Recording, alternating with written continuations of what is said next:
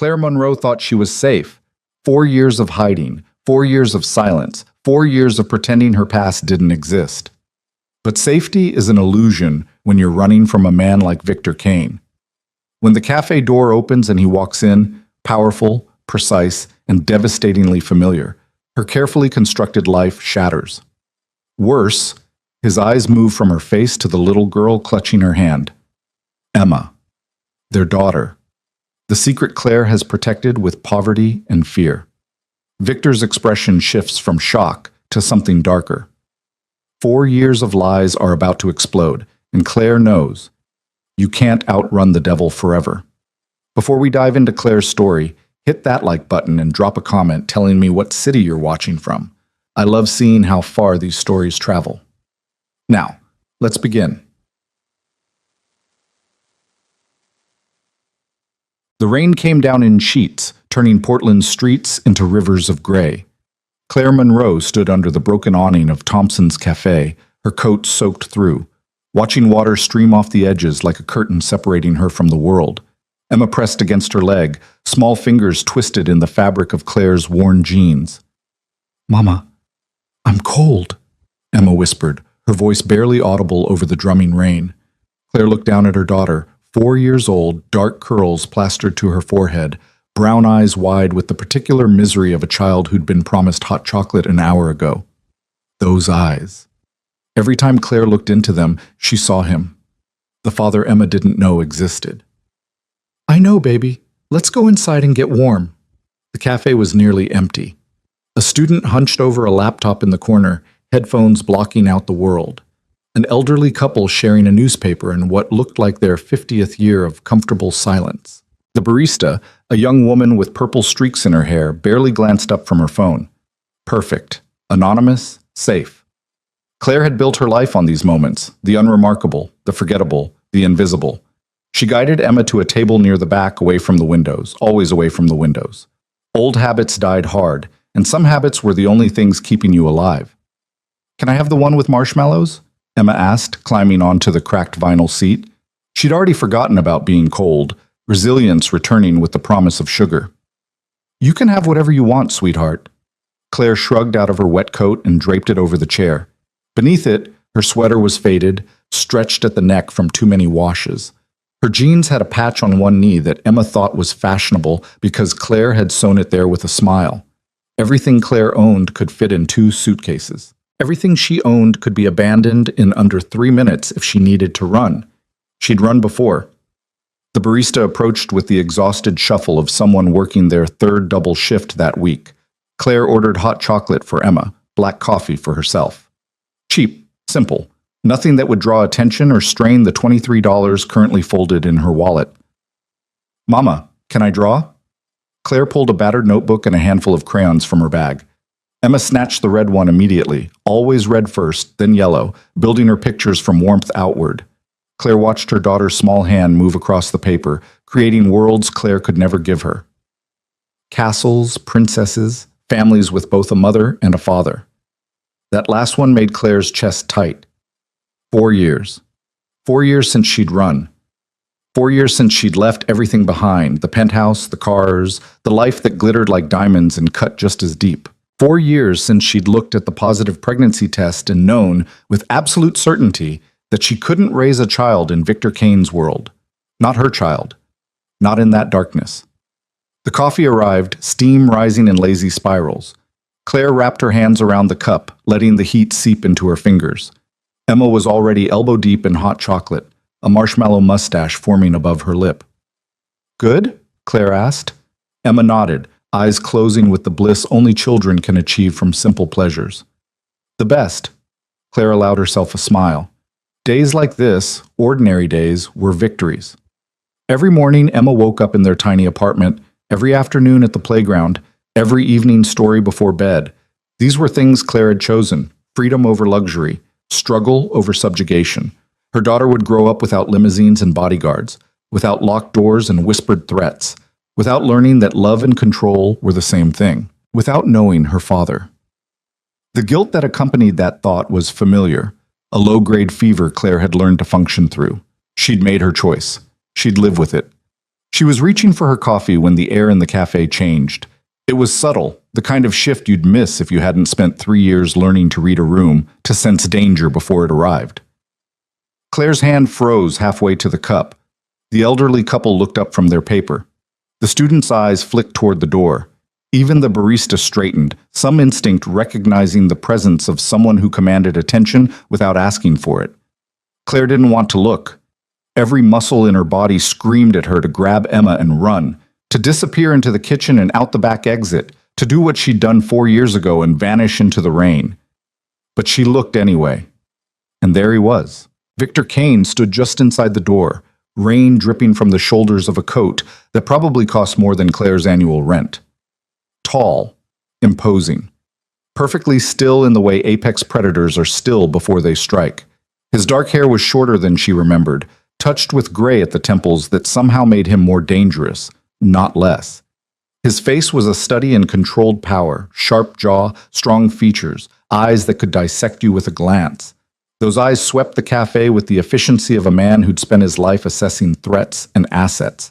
They passed over the student, the couple, the barista, and landed on Claire. The world stopped. 4 years collapsed into nothing. Claire felt 24 again, standing in a gallery opening she'd catered, watching this same man approach her with the inevitability of a storm. She'd been so young then, so stupid. She'd mistaken intensity for passion, possession for protection. She'd learned the difference too late. Victor's expression shifted through emotions too quickly to track. Shock, disbelief, something that might have been pain before it hardened into ice. He didn't move toward her, not yet, but Claire could feel the weight of his attention like a physical thing, crushing the air from her lungs. "Mama?" Emma's voice was small, uncertain. "Why are you scared?" Claire's gaze snapped to her daughter. Emma was watching her with those two observant eyes, crayon forgotten in her hand. Claire forced her face into something approximating calm. "I'm not scared, baby. I thought I saw someone I used to know." Emma looked past her toward the door, curiosity lighting her features. "Who?" "No one important." But it was too late. Victor had heard Emma's voice. His attention, which had been fixed on Claire with laser focus, shifted. He looked at Emma.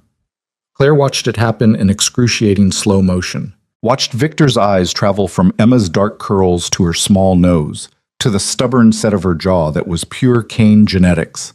Watched recognition dawn like a sunrise, terrible and inevitable. Watched him do the math. Emma was 4. Claire had been gone for 4 years and 3 months. The timeline was damning. Victor's face went absolutely blank, the kind of empty that preceded violence. He took a step forward, then another, moving with the controlled precision of a man who'd built an empire on never showing weakness, never losing control. But Claire could see the fury. It radiated from him like heat from asphalt. She stood, putting herself between Victor and Emma. "Don't." That single word stopped him 3 feet from their table. They stared at each other across a distance that felt infinite and microscopic at once. 4 years of silence hung between them. "Claire," her name in his mouth sounded like a verdict. "You're alive." "Yes?" "You've been alive for 4 years." "Yes." His jaw clenched. "And you didn't think I had a right to know." The barista was watching now, phone in hand, sensing drama. The couple had abandoned all pretense of reading. Claire didn't care. Let them watch, let them record. She'd faced worse than public humiliation. "You had no rights to anything in my life," Claire said quietly. "I made sure of that when I left." "Did you?" Victor's voice dropped lower, intimate with threat. "Because from where I'm standing, it looks like you took something that very much belongs to me." Emma shifted behind Claire, sensing the danger even if she didn't understand it.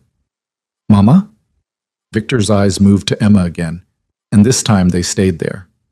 Claire watched him take in every detail. The red crayon clutched in small fingers, the hot chocolate ring around her mouth, the picture she'd been drawing. A family. Mother, father, child. "How old is she?" Victor asked, though he clearly already knew. 4. 4. He repeated it like he was tasting the word, finding it bitter. 4 years old, 4 years I didn't know I had a daughter. "You don't have a daughter," Claire said, and each word felt like stepping on glass. You have nothing to do with her. With us. Victor's laugh was cold enough to freeze blood. Is that what you tell yourself? That you could steal my child and I'd have nothing to do with it? I didn't steal anything. I protected her. Protected her? The words cracked like a whip. From what? From having a father? From having everything she could ever want? From having a father who mistakes control for love? Claire's voice rose despite her efforts to stay calm. From growing up thinking locked doors and armed guards are normal. From learning that the man who's supposed to protect her is the same man everyone else fears. The cafe had gone completely silent. Even the rain seemed to quiet, as if the world itself was holding its breath. Victor's expression didn't change, but something flickered in his eyes. Hurt, maybe. Or rage buried so deep it had fossilized into something harder. You don't get to make that choice for me, he said. You don't get to decide I'm not fit to be a father. I already made it, 4 years ago. And now I'm making a different one. He pulled out his phone with the casual confidence of a man who'd never been told no and meant it. We can do this here in front of your daughter, or we can step outside and handle this privately. Your choice. You have 30 seconds. Claire's heart hammered against her ribs. She knew that tone, knew what it meant when Victor gave ultimatums. He would follow through. He always followed through.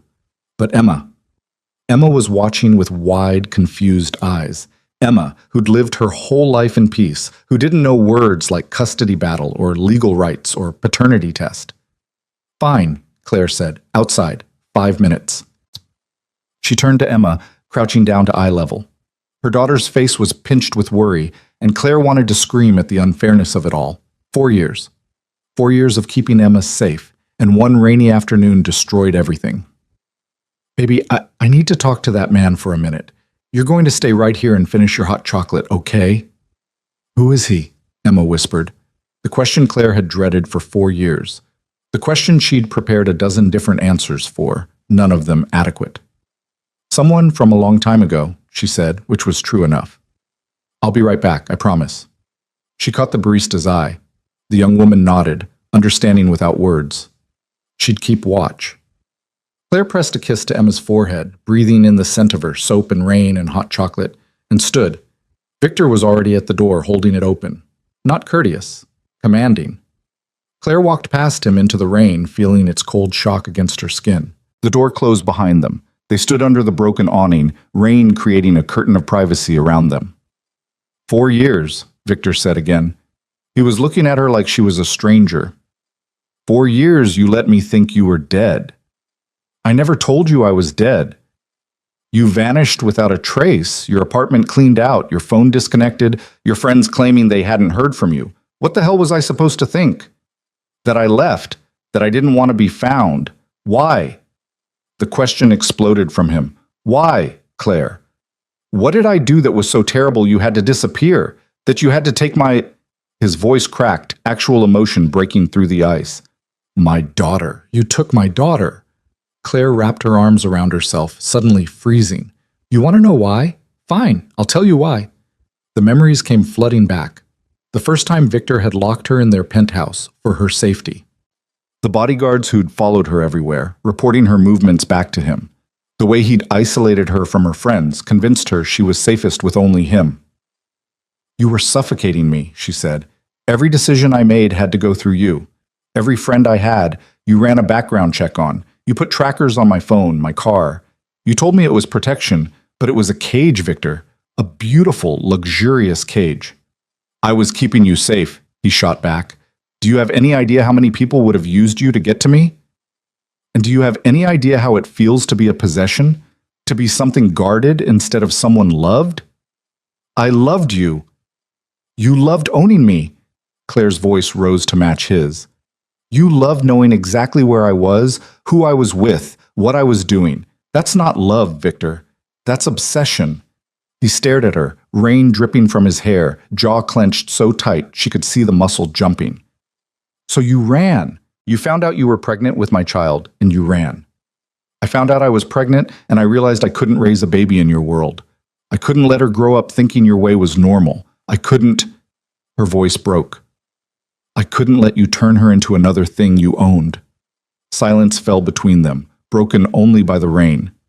Victor's hands were fists at his sides, his whole body vibrating with restrained fury. "You should have told me," he said finally, voice low and deadly. "You should have given me the chance to— To what? Change? You don't change, Victor. You are what you are. You built an empire on control and fear, and you don't just walk away from that because you have a kid. You don't know what I would have done. You didn't give me the option." "No," Claire agreed. "I didn't, because I knew what was at stake. Her life, her happiness, her freedom. And what about my rights? My chance to be a father? You forfeited those when you couldn't tell the difference between protection and imprisonment." Victor took a step closer, and Claire's instinct was to back up. But she held her ground. She'd spent 4 years learning to stand on her own. She wouldn't give that up now. "I could destroy you," he said softly. "One phone call, and I'd have a team of lawyers that would bury you. I could prove you're an unfit mother, no stable income, no permanent address, raising my daughter in poverty when she could have everything." Fear spiked through Claire's chest, but she kept her face calm.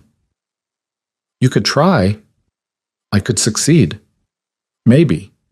But you'd lose her anyway. You think a 4-year-old is going to love the man who took her from her mother? You think you can force your way into her life and she'll just accept you?" Something flickered across Victor's face. Uncertainty, maybe. Or the first crack in his armor. "She deserves better than what you can give her," he said, but there was less conviction in it now. "She deserves to be loved without conditions. She deserves to make mistakes without bodyguards preventing them. She deserves to grow up free." Claire's voice softened. "She deserves what you and I never had. A choice." Through the cafe window, they could see Emma. She was drawing again, seemingly content, but Claire could see the way she kept glancing at the door, worried. Victor saw it too. His expression shifted, something raw and painful crossing his features. "That's my daughter," he said quietly. "My daughter. And I didn't even know she existed." "I know. I missed everything. First steps, first words. 4 years of her life gone." "I know," Claire said again, and this time there was genuine regret in her voice. Whatever Victor had done to her, whatever their relationship had been, he'd lost something irreplaceable. She couldn't pretend that was justice. "I want to know her," Victor said. "I want to be part of her life." "Victor, not like you're thinking, not with lawyers and custody battles and force." He looked at her, and for the first time since walking into that cafe, he looked less like a crime boss and more like a man who just discovered he had a child. "I'm asking you, Claire. Please, let me know my daughter." The request shocked her more than any threat could have. Victor Kane didn't ask. He demanded. He took. He controlled. But there was no control in his voice now, just a father's desperate need. Claire thought about Emma inside, drawing her pictures of families. Thought about the questions that would come eventually. Where's my daddy? Why don't I have a father? Doesn't he want me? Thought about her daughter growing up thinking she wasn't wanted, wasn't worth sticking around for. "If I say yes," Claire said slowly, "there are rules, non-negotiable rules." Victor's eyes sharpened. "I'm listening." "Emma's life stays normal. No bodyguards following her to preschool, no armored cars, no teaching her that the world is something to fear. I can't just turn off who I am. Then you stay away from her until you figure out how." Claire's voice was steel. "I won't let her grow up in your world, Victor. That's the line.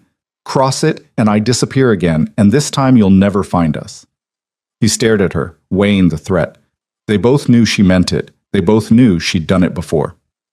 "Fine," he said finally. "Normal life. What else?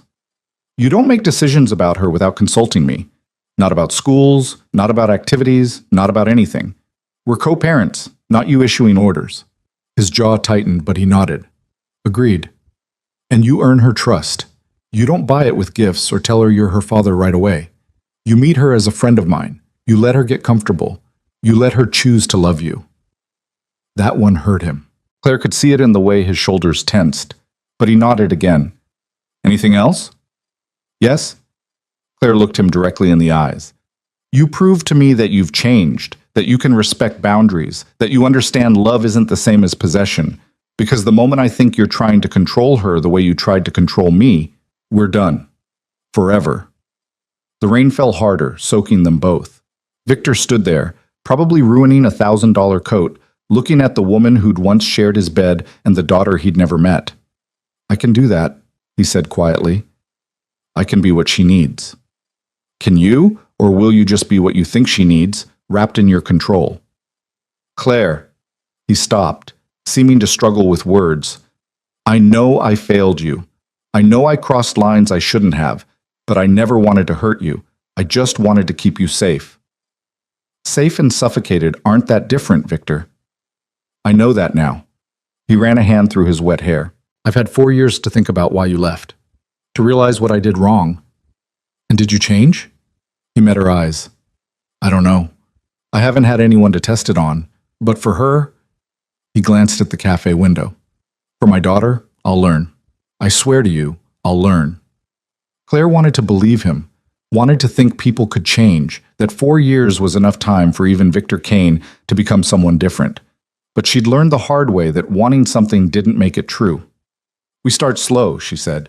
"You can meet her today, just as my friend. Nothing more. And then? And then we see.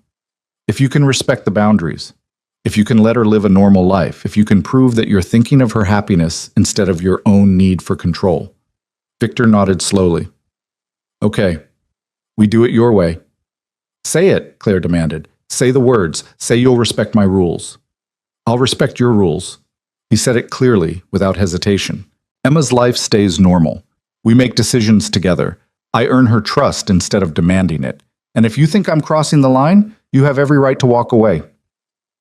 It should have made her feel better, should have reassured her. But Claire knew better than to trust promises made in the rain by a man who'd broken every promise before. Still, what choice did she have? Victor knew about Emma now. The secret was out. She could run again, but he'd find them. He had resources she couldn't match. And maybe, just maybe, Emma deserved to know her father, deserved the chance to have both parents in her life, even if one of them terrified Claire to her core. "Come on," Claire said, turning toward the cafe door. "Let's go meet your daughter." They walked inside together, water pooling at their feet. Emma looked up from her drawing, eyes widening when she saw them both. "Mama, you're soaked." "I know, baby. Sorry." Claire slid into her seat, acutely aware of Victor standing at the table's edge, looking at Emma like she was the only person in the world. Emma looked at him with open curiosity. "Hi, I'm Emma." Victor's expression softened in a way Claire had never seen before. "Hi, Emma. I'm Victor. I'm a friend of your mom's." "From a long time ago?" "Yes, from a long time ago." Emma considered this with the seriousness only children can muster. "Do you want to see my drawing?" "I would love to see your drawing." She pushed the notebook toward him. Victor sat down slowly, like he was approaching something fragile and precious. He studied Emma's crayon family with the same intensity he probably gave to business contracts. "This is beautiful," he said, and his voice was rough with emotion. "Is this your family?" "Yep, that's me, that's Mama, and that's—" Emma paused, frowning at the stick figure she'd drawn with a crown. "That's the dad." "I don't have one, but I pretend sometimes." Claire's heart cracked. Beside her, Victor went completely still. "Every family is different," Claire said gently. "Some kids have a mom and a dad. Some have 2 moms. Some have just a mom or just a dad. What matters is that they're loved." "I know," Emma said, "but sometimes I wonder what it would be like to have a dad." Victor looked at Claire. The question in his eyes was clear. "Can I tell her?" Claire shook her head minutely. "Not yet. Not today. Let Emma get used to him first. Let her see who he is before dropping that truth on her small shoulders." "Well," Victor said carefully, "I bet any dad would be very lucky to have you." Emma beamed at him. "You think so?" "I know so." They sat there, the 3 of them, while rain drummed against the windows and Emma chattered about her drawings. Victor listened with complete focus, asking questions, laughing at her jokes, being charming in a way Claire had forgotten he could be. And despite everything, despite the fear and the anger and the 4 years of running, Claire felt something shift, saw a glimpse of the man Victor might have been if he'd never built his empire.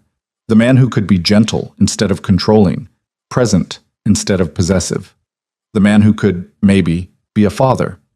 But trust would take more than one afternoon in a cafe. Trust would take time and proof, and Victor demonstrating that he could put Emma's needs above his own desire for control.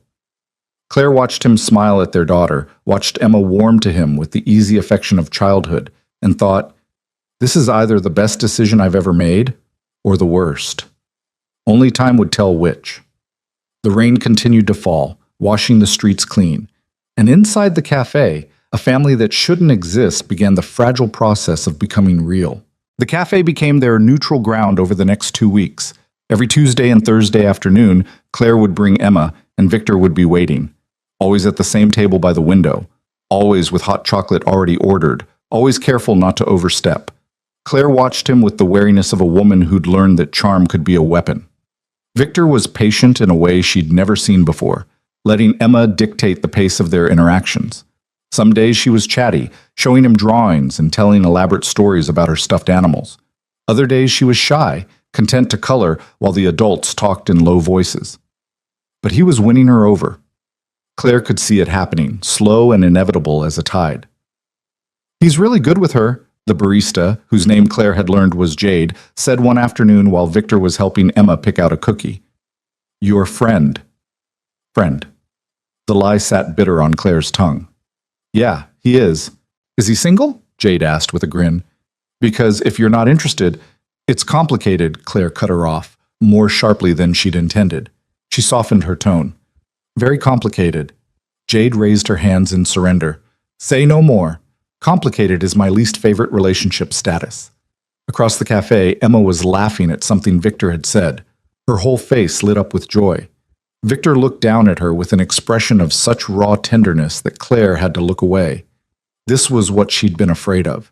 Not that Victor would fail to love Emma, but that he would love her so completely, so overwhelmingly, that he'd smother her with it, that his need to protect would become need to control, and Emma would end up just as trapped as Claire had been. Mama, look! Emma ran over with a chocolate chip cookie the size of her head. Victor bought the biggest one. That's very nice of him, Claire said, meeting Victor's eyes over Emma's head. But you know you're not supposed to accept expensive gifts from people. Emma's face fell.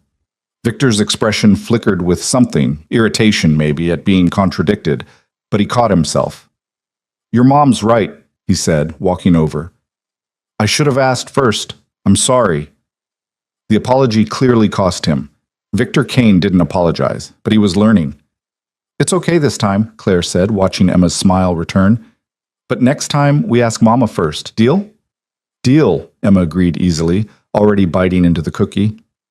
Victor sat down across from them, and for a moment they were quiet, just 3 people sharing a table on a rainy Thursday. It was almost normal. Almost. I need to talk to you, Victor said quietly, his voice pitched so Emma wouldn't hear. Alone. It's important. Claire's guard went up immediately. About what? Not here. Can you meet me tomorrow? I'll arrange for someone to watch Emma. No. The word was automatic. I don't leave her with strangers. Not a stranger. My sister. You remember Sophia. Claire did remember Sophia. Warm, funny, the only member of Victor's family who'd treated Claire like a person instead of an accessory.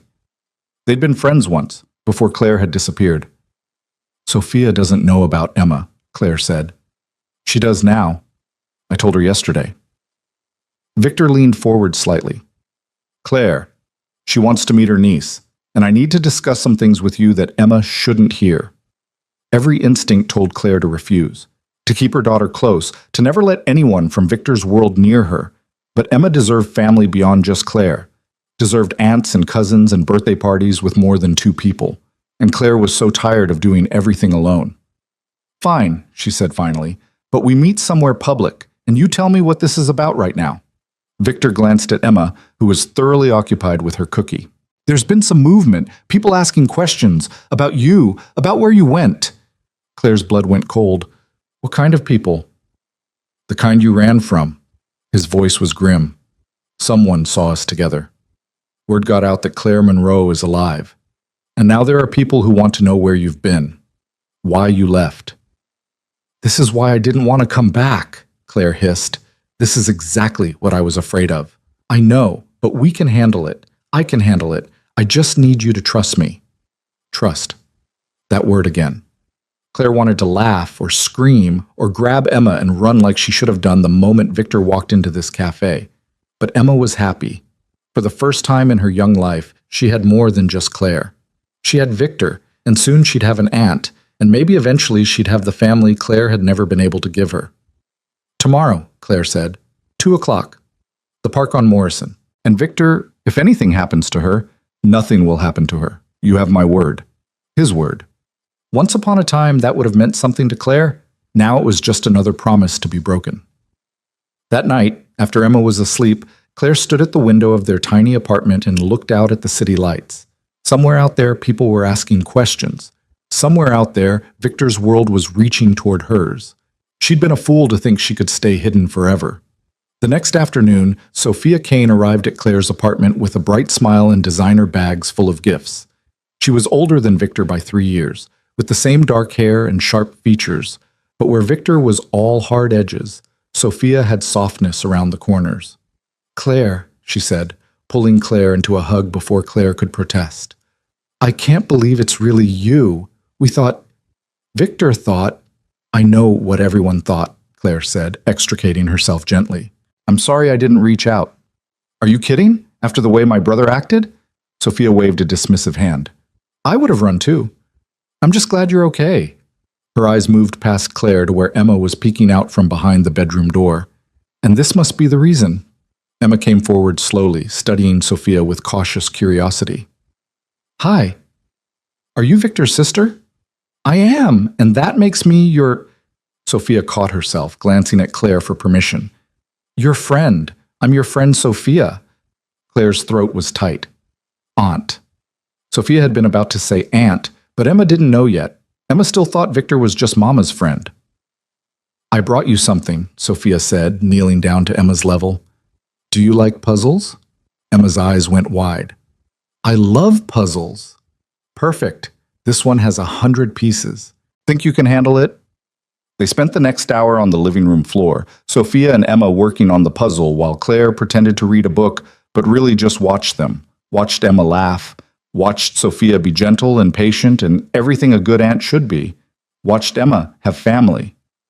"She's wonderful," Sophia said when Emma went to the bathroom. "Claire, she's absolutely wonderful. Victor said she was perfect, but I thought he was exaggerating. He wasn't." "Thank you," Claire managed, "for being good with her." "Are you kidding? She's family." Sophia's voice dropped lower. "I know Victor told you there's been talk. People asking questions." "Yeah, he mentioned it. He's handling it. You know my brother. Once he decides something is his to protect, nothing gets through." Sophia paused. "And before you get that look on your face, I know what you're thinking, that he'll go overboard, that he'll turn into the man you ran from." Claire didn't deny it. "He's changed, Claire. I don't know how or why, but he has. Ever since you left, he's been different, quieter, more careful." Sophia met her eyes. "And now that he knows about Emma, he's terrified of messing this up. That's why he asked me to watch her today. He wants to talk to you about how to move forward without destroying what you've built. Or he wants to figure out how to control the situation." "Maybe," Sophia admitted, "but maybe he's genuinely trying. Isn't that worth finding out?" Emma came running back, and the conversation ended. Claire kissed her daughter goodbye, gave Sophia every emergency number she could think of, and left feeling like she was stepping off a cliff. The park was busy with afternoon joggers and young families. Claire found Victor sitting on a bench near the fountain, dressed down in jeans and a sweater that probably still cost more than her monthly rent, but at least he was trying. He stood when he saw her. "Thank you for coming." "Let's just get this over with." Claire sat down, keeping space between them. "You said people are asking questions. Who? And what do they know?" Victor sat beside her, careful not to crowd her space. "Marcus Reeves saw us at the cafe. You remember Marcus?" Claire did. Marcus Reeves had been one of Victor's business associates, and by business, she meant the kind of business that happened in back rooms and ended with people disappearing. "He saw Emma," Victor continued, "drew his own conclusions, started asking around about whether I'd been secretly married, had a kid I'd kept hidden." "And what did you tell him?" "Nothing. Yet." Victor's jaw tightened. "But Marcus isn't the type to let things go." He'll dig. And when he finds out you've been gone for 4 years, that the timeline matches Emma's age, he'll know you didn't know about her, Claire finished. He'll know I ran. Yes, and that opens a whole different set of questions. Why did you run? What are you afraid of? What secrets are you hiding that made you disappear? Claire's hands clenched in her lap. I'm not hiding secrets. I was hiding from you. I know that. You know that. But Marcus doesn't. And there are other people in my world who might see this as leverage. A way to get to me through you. Through Emma. The fear was sharp and immediate. This is exactly what I was afraid of. This is why I left. I know, Victor said quietly. And I'm sorry. I'm sorry that my life, my choices, put you in danger. But running isn't an option anymore. They know you exist.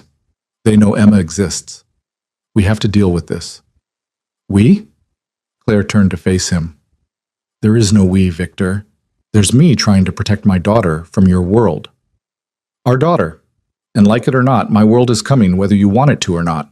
So we can either face it together, or you can keep pretending you can do this alone until something happens that proves you can't. Claire wanted to argue, wanted to insist she'd kept Emma safe for 4 years without his help. But the truth was, she'd kept Emma safe by being invisible, by being no one, nowhere, nothing worth noticing. That invisibility was gone now. What do you want from me? She asked finally. Victor pulled out his phone and showed her a photo.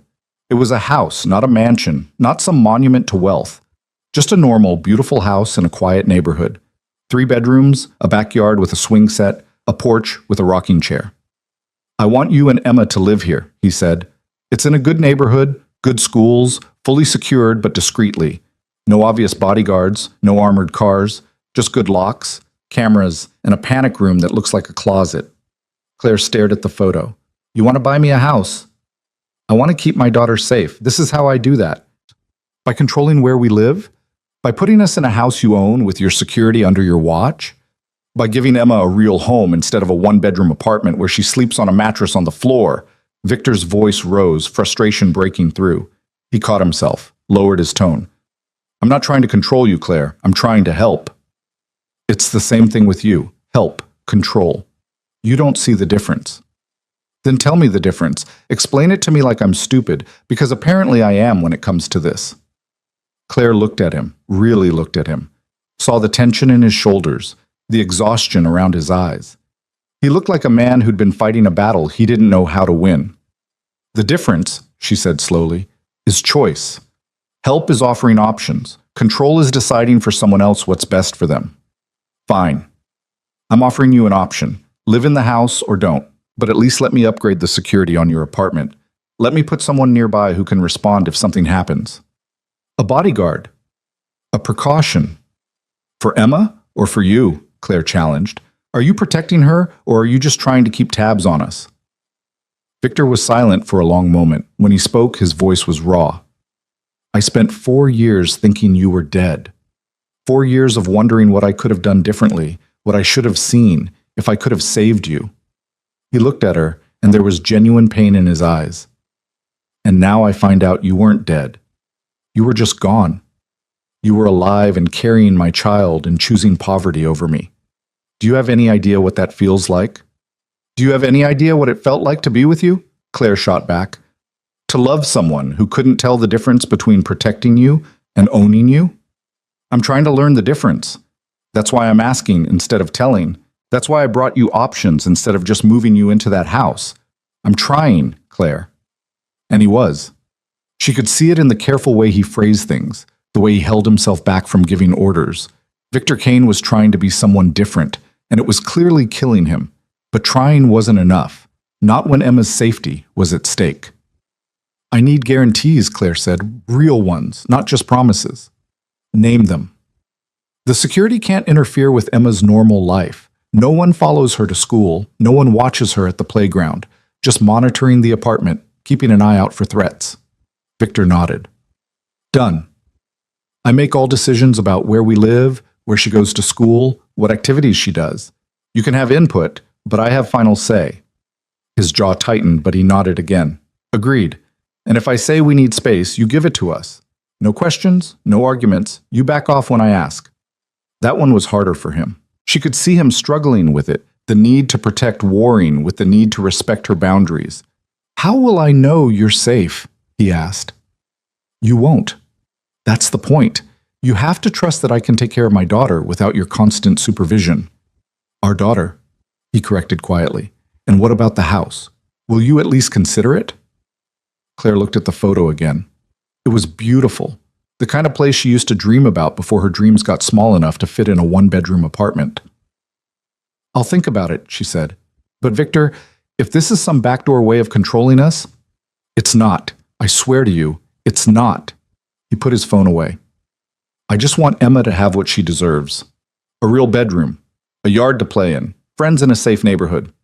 She has friends. From an apartment complex where you're afraid to let her play outside alone? Victor's voice was gentle but pointed. Claire, I know you've done everything you can. I know you've sacrificed everything to give her a good life, but you don't have to do it alone anymore. Let me help, please. The please broke something in her. Victor Kane didn't say please, didn't ask, didn't show vulnerability. I'll think about the house, Claire said again. But we're not moving in right away. I need to see that you can respect the boundaries we've set. I need to see that you're serious about this. I am serious, deadly serious. Then prove it. Show me you can give Emma what she needs without turning her life into a fortress. Victor stood, and Claire stood with him. They faced each other across the space between them, 4 years of hurt and anger and unfinished business hanging in the air. I will prove it, he said.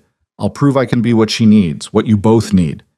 We don't need you, Claire said, but there was less conviction in it than before. We're fine on our own. Fine isn't the same as good. Fine isn't the same as safe. He reached out like he might touch her arm, then thought better of it. Let me make things better. Let me try. Claire wanted to say no. Wanted to grab Emma from Sophia and run again, disappear into a new city with a new name.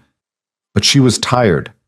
Tired of running, tired of struggling, tired of watching Emma draw pictures of families with fathers and knowing she'd stolen that from her. Okay, she said finally. You can try. But Victor, one mistake. One time you cross the line, one time you make me feel controlled instead of supported, and we're done. Forever. I understand. Do you? Because this isn't a business deal. This isn't something you can negotiate or manipulate. This is our daughter's life. Her happiness. Her freedom. I know, Victor said, and there was something broken in his voice. I know what's at stake. I won't screw this up. I can't. They walked back toward the parking area in silence. Claire's mind was racing, already second-guessing her decision. But what choice did she have? Victor was right. The invisibility that had kept them safe was gone. They needed protection now, whether she liked it or not. I want to tell her, Victor said as they reached his car. About me. About being her father. Claire stopped walking. Not yet. Claire, she's 4 years old. She needs time to understand what that means. We can't just drop it on her. Every day I wait is another day I'm lying to her. You're not lying. You're being her friend, building a relationship so that when we do tell her, it means something. Victor leaned against his car, frustration evident in every line of his body. How long? I don't know, a few more weeks, a month. When she's comfortable with you.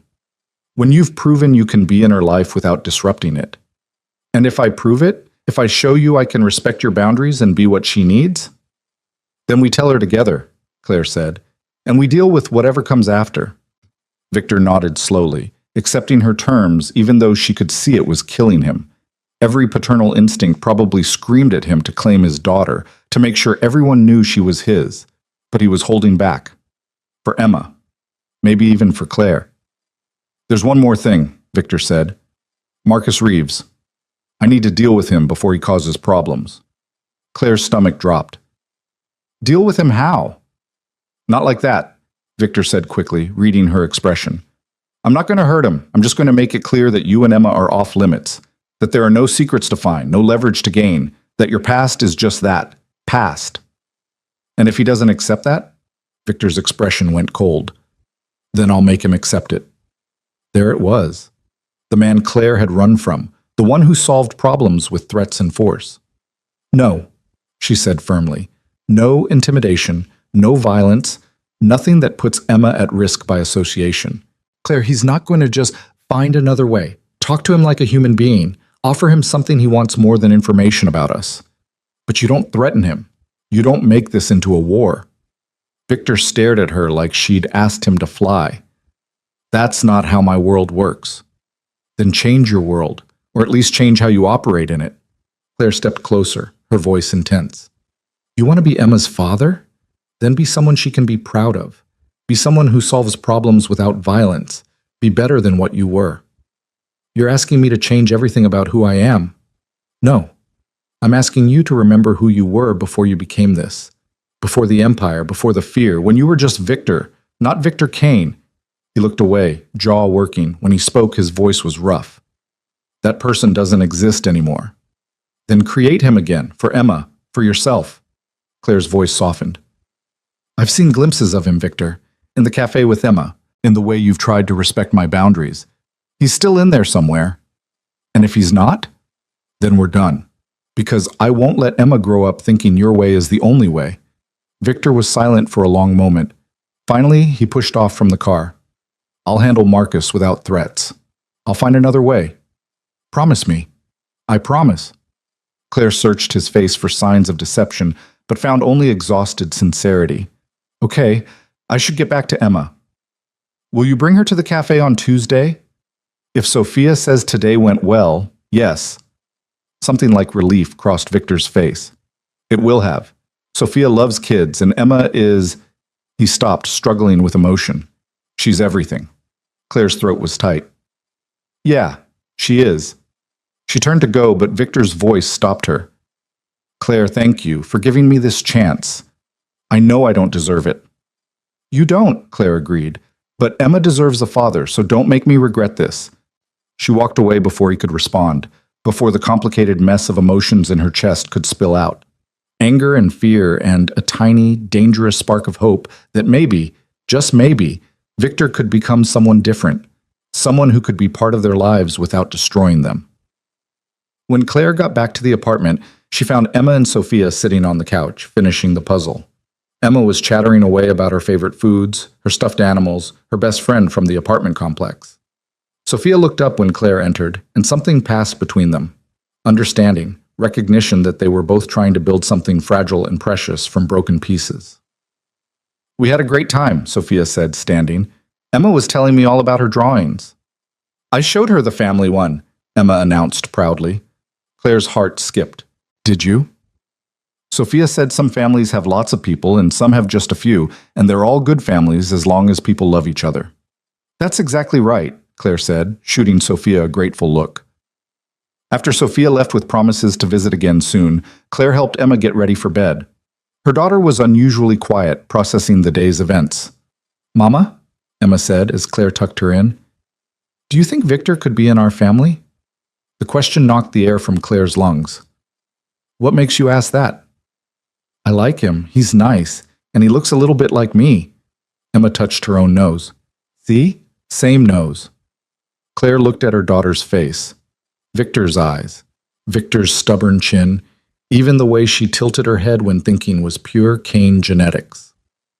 Would you like Victor to be part of our family? Claire asked carefully. Emma thought about it with the seriousness of a child making an important decision. Yeah, I think so. If he wants to be. I think he would like that very much. Good. Emma yawned, already drifting off. Love you, Mama. Love you too, baby. Claire sat in the dark long after Emma fell asleep, thinking about houses and families and the impossibility of keeping the past buried forever.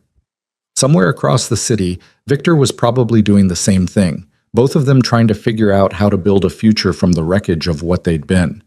It should have been impossible, but watching Emma sleep, peaceful and happy and loved, Claire thought maybe impossible was just another word for difficult. And she'd done difficult things before. She could do this. She had to. The call came at 3 a.m, shattering the fragile peace Claire had built over the past month.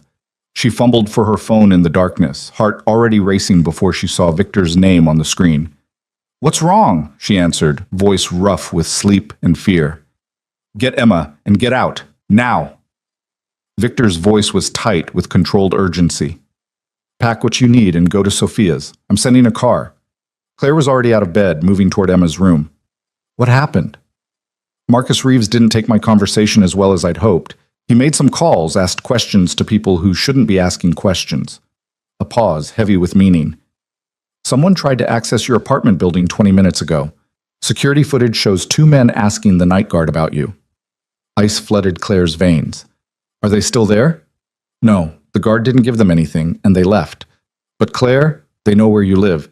They know about Emma. She was in Emma's room now, looking down at her sleeping daughter. 4 years. 4 years of keeping her safe, and it had all fallen apart in 4 weeks. This is your fault, Claire hissed into the phone, keeping her voice low. This is exactly what I was afraid of. I know, and I'm sorry. But we can argue about blame later. Right now, you need to move. Claire wanted to scream at him, wanted to throw the phone and grab Emma and run to somewhere Victor Kane would never find them. But she'd learned enough in the past month to know that running wasn't an option anymore, not when people were actively looking. The car will be there in 5 minutes, Victor continued. Pack light, just essentials. Everything else, I'll replace. I don't want you to replace anything. I want my daughter to be safe. That's what I'm trying to do. Please, Claire, trust me. Trust. That impossible word again. But what choice did she have? 5 minutes, she said, and ended the call. Emma barely woke as Claire dressed her, murmuring sleepy protests as Claire pulled a jacket over her pajamas. Claire moved through the apartment like a ghost, grabbing documents from the fireproof box under her bed, stuffing clothes into a duffel bag, her hands shaking the entire time. This was what she'd been afraid of. This exact scenario. Victor's world reaching out with violent hands, threatening everything she'd built. The car was waiting when they got downstairs, a sleek black SUV with tinted windows. The driver was a woman in her 30s, professional and calm. Miss Monroe?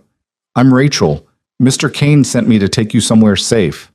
Claire clutched Emma tighter. Her daughter was awake now, confused and frightened by the urgency. Mama, what's happening? We're going on an adventure, Claire said, her voice steadier than she felt. To Aunt Sophia's house. Won't that be fun? Emma wasn't buying it. She was too smart for that. But she nodded anyway, trusting her mother even when nothing made sense. The drive to Sophia's took 20 minutes through empty streets. Claire spent the entire time looking over her shoulder, watching for cars that followed too long, for shadows that moved wrong. Emma dozed against her side, small and vulnerable, and completely dependent on Claire to keep her safe, a job Claire was currently failing at. Sophia was waiting at the door when they arrived, still in her robe, concern etched on her face. Come in, quickly. The house was beautiful, modern and spacious, the kind of place Claire used to dream about, but she barely registered it as Sophia led them to a guest room already prepared with fresh sheets and a nightlight. Victor called, Sophia said quietly as Claire settled Emma into bed. He told me what happened. Did he tell you it's his fault? Claire's voice was sharp with exhausted anger. That if he'd just stayed away, none of this would be happening. He knows. Believe me, he knows. Sophia touched Claire's arm gently. But you're safe here. No one knows about this house except family. And Victor's handling the situation. Handling it how? Sophia's expression darkened. You don't want to know. Yes, I do. Because if he's doing what I think he's doing, he's not. He promised you he wouldn't use violence, and he's keeping that promise. But Claire, there are other ways to make problems disappear. Claire thought about that, about the power Victor wielded, the fear his name inspired. She'd seen it before. People who crossed Victor Kane tended to find their businesses mysteriously failing, their secrets suddenly exposed, their lives falling apart in ways that couldn't be traced back to him. Legal, maybe, but no less terrifying. I can't do this, Claire whispered. I can't live like this. Always looking over my shoulder, always afraid someone's going to hurt her to get to him. Then don't. Sophia's voice was kind, but firm. Take the house Victor offered. Let him provide real security. Stop fighting him on every protective measure, and let him do what he does best. Control everything? Keep people safe. Sophia pulled Claire toward the door, lowering her voice so Emma wouldn't hear. I know my brother. I know what he was like with you before, how he suffocated you with his need to protect, but Claire, this is different. This isn't about controlling you. This is about actual threats from actual dangerous people. The people wouldn't be a threat if Victor hadn't told everyone I existed. Maybe. Or maybe they would have found you anyway. You can't stay invisible forever, not in the digital age. At least this way, you have resources to fight back. Claire looked through the doorway at Emma, already asleep again, oblivious to the danger swirling around her. I just want her to have a normal life. I know, but normal isn't always safe, and right now, safe has to come first. Claire spent what was left of the night sitting in a chair by Emma's bed, watching her daughter sleep, thinking about choices and consequences. Dawn was breaking when her phone buzzed with a text from Victor. Situation contained. They won't be back. Can I see you both today? She should have said no. Should have taken Emma and found another city, another life, another chance at invisibility. But Claire was tired. Tired of running, tired of struggling, tired of doing everything alone. She texted back, Sophia's house, noon, we need to talk. Victor arrived exactly at noon, looking like he hadn't slept. There were shadows under his eyes, tension in his shoulders that spoke of a long night dealing with threats Claire didn't want to imagine. Sophia took Emma to the backyard, leaving Claire and Victor alone in the living room. They stood on opposite sides of the coffee table like opponents in a ring. Tell me what you did, Claire demanded. Victor ran a hand through his hair. I found out who sent them, called in some favors, made it clear that pursuing this line of inquiry would be extremely detrimental to their interests. That's vague. It's supposed to be. You said you didn't want to know the details. I changed my mind. What did you threaten them with? Claire, what did you threaten them with? Her voice rose. Because my daughter, our daughter, was pulled out of bed at 3 a.m. because of your world. I deserve to know what you did to fix it. Victor's jaw tightened. I didn't threaten anyone. I simply made some information available to certain parties who had an interest in it. Information that proved pursuing you would cause more problems than it solved. What kind of information? The kind that makes powerful men nervous, financial irregularities, connections to people they'd rather not be connected to. Nothing illegal on my part, just strategic release of facts. Claire processed that. You blackmailed them. I incentivized them to leave you alone. That's the same thing. No, it's not. Blackmail implies I demanded something. I simply ensured they understood the consequences of their actions. Victor stepped closer. And before you lecture me about it, I do it again. I do worse. Anyone who threatens Emma, who threatens you, will find out exactly what I'm capable of. There it was. The man Claire had run from. The one who saw people as pieces on a board, who moved them around until he got what he wanted. But there was something else there, too. Fear. Real, genuine fear that something might happen to Emma. This can't keep happening, Claire said quietly. I can't live like this. Emma can't grow up like this. I know. That's why you need to take the house. Let me set up proper security. Let me protect you both the right way. The right way? Victor, there is no right way to live in a fortress. It's not a fortress. It's a home with good security, cameras, alarms, a guard who patrols but doesn't interfere. Emma would never even notice most of it. Claire wanted to argue, wanted to insist she could protect Emma on her own. But last night had proved that was a lie. She couldn't protect her daughter from men with resources and connections, from people who saw Emma as leverage or a liability. She needed help. She needed Victor's resources, his connections, his ability to make threats disappear. She just didn't want to need any of it. If I agree, she said slowly, I need guarantees. Real ones. Name them. Emma's life stays normal. She goes to regular school, has regular friends, does regular activities. No private security following her around making her feel like a target. Victor nodded. Agreed. The security will be invisible to her. And you don't make decisions about her without consulting me. Not about where she goes, who she sees, what she does. We decide together. Agreed. And we tell her the truth about you being her father, because I won't live in a house you're providing while lying to her about who you are. That one made Victor pause. Claire could see the emotion work across his face. Hope, fear, desperate need. When? He asked hoarsely. Soon. This week. Before we move into the house. She deserves to know why her whole life is changing. Victor nodded, not trusting himself to speak. And one more thing, Claire added. You proved to me that you can handle this without turning into the man I left. That means no more blackmail, no more threats, no more solving problems with fear. You find other ways, legal ways. Or I take Emma and disappear, and this time you won't find us.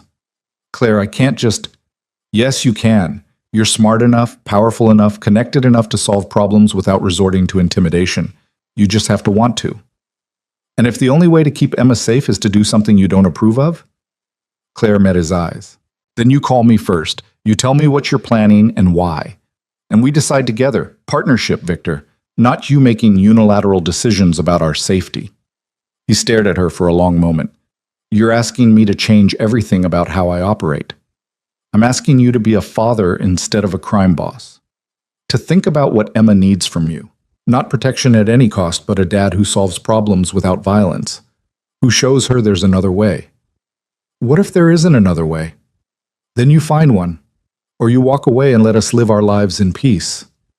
The silence between them was heavy with years of hurt and current fear. Finally, Victor spoke, his voice raw. I can't walk away.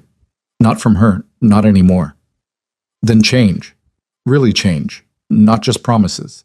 Show me the man you could be if you weren't so afraid of losing control.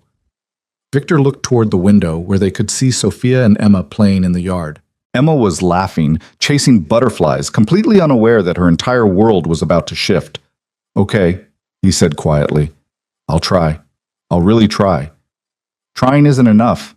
You have to succeed. Then I'll succeed. He turned back to Claire. For her, I'll become anyone I need to be. The conviction in his voice made Claire want to believe him, want to think that Victor Kane could actually change, that love for his daughter could transform him into someone different.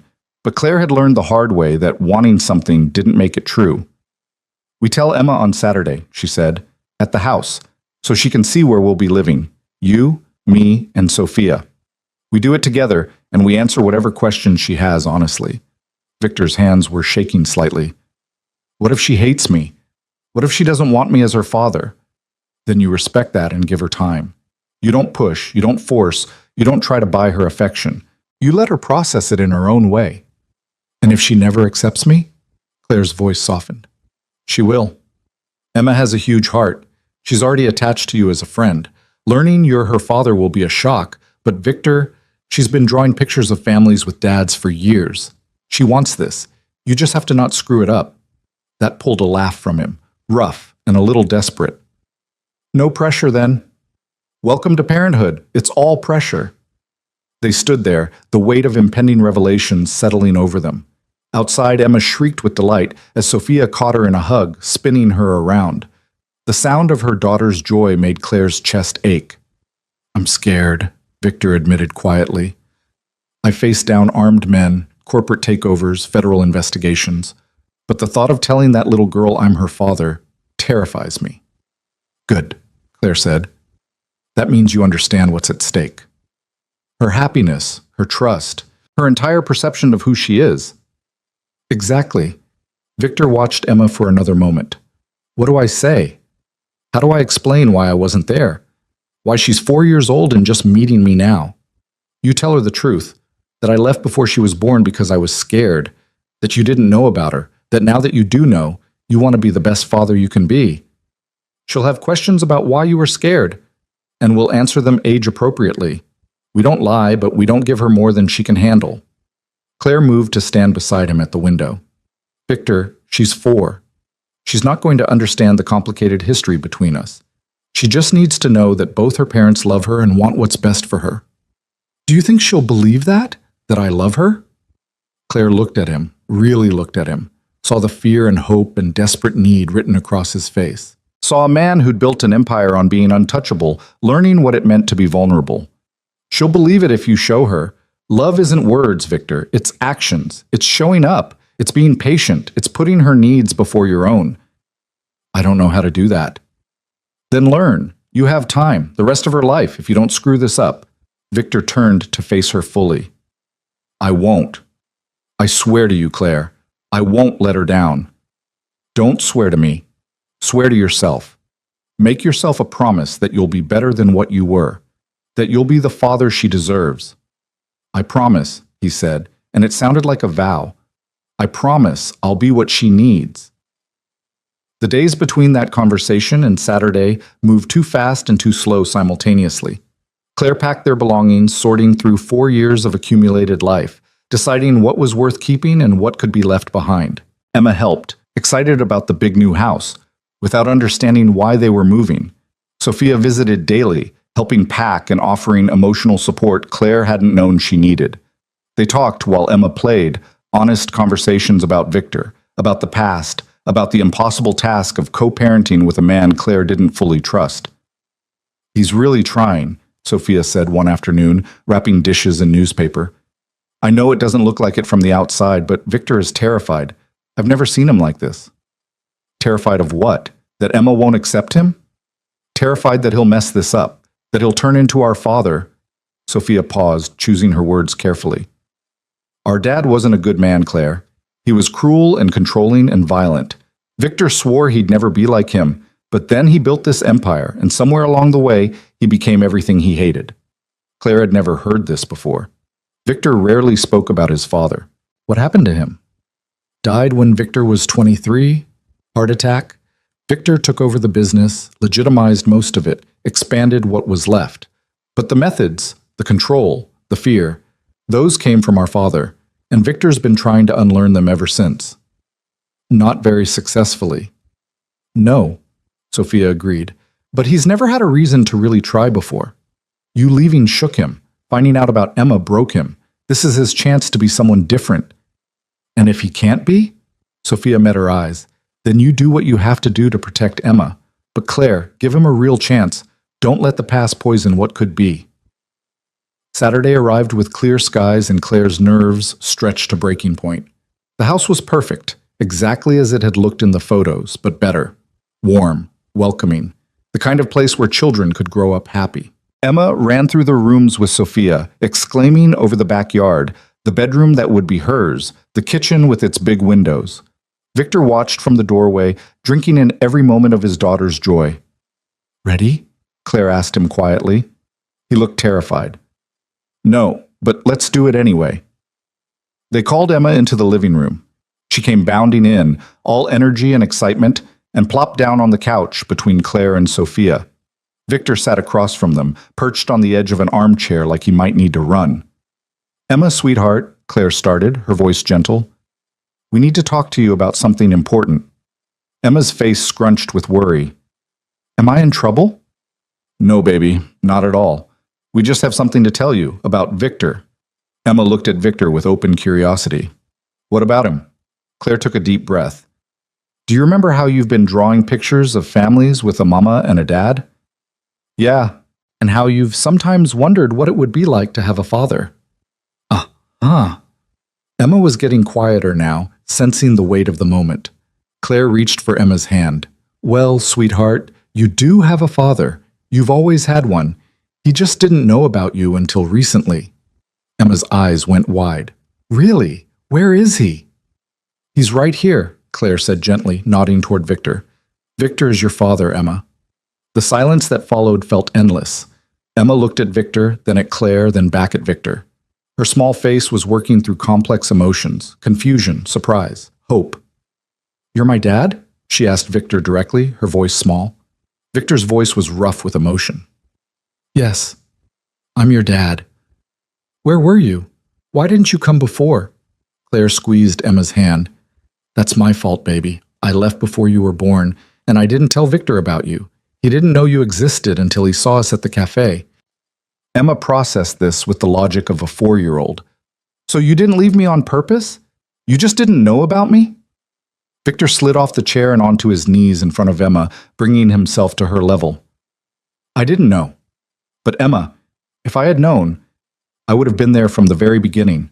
I would have been at the hospital when you were born. I would have been there for your first steps, your first words, everything." "But you weren't," Emma said, matter-of-factly. "No. And I'm sorry. I'm so sorry I missed all of that." Emma studied him with those two wise eyes. "Do you want to be my dad now? More than anything in the world, even though I'm already 4? Victor's laugh was thick with tears he was trying not to shed. "Even though you're already 4.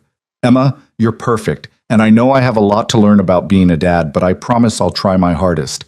If you'll let me.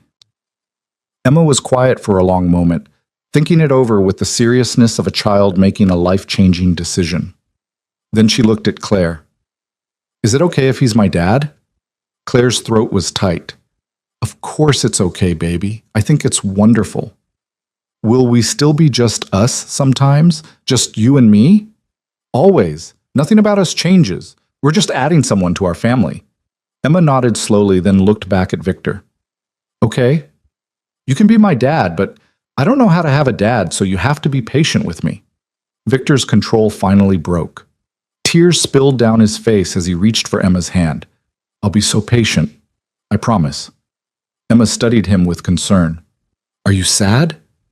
No, sweetheart. I'm happy. So happy I get to be your dad.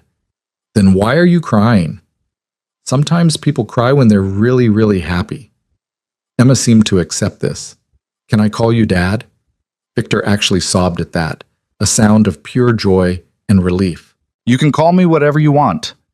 I think I'll call you Dad, Emma decided, because that's what you are. She launched herself off the couch and into Victor's arms, wrapping her small body around him in a fierce hug. Victor held her like she was the most precious thing in the world, his face buried in her hair, his shoulders shaking. Claire watched them, tears streaming down her own face. Sophia was crying too, pressing a tissue to her eyes. This was what she'd been afraid of, not that Victor would be a bad father, but that he'd be too much of one, that he'd love Emma so completely it would consume her. But watching them together, Claire thought maybe that kind of love was exactly what Emma needed, what they both needed. After a moment, Emma pulled back and looked at Victor seriously. I have some rules if you're going to be my dad. Victor couldn't help but laugh. Okay, what are your rules? You have to come to my tea parties when I have them. I can do that. And you can't be grumpy if I wake you up early. Noted? And you have to love my mama too, because she's the best and I don't want her to be sad. That one landed like a punch. Victor's eyes went to Claire's over Emma's head. Your mama's pretty amazing. I'll do my best.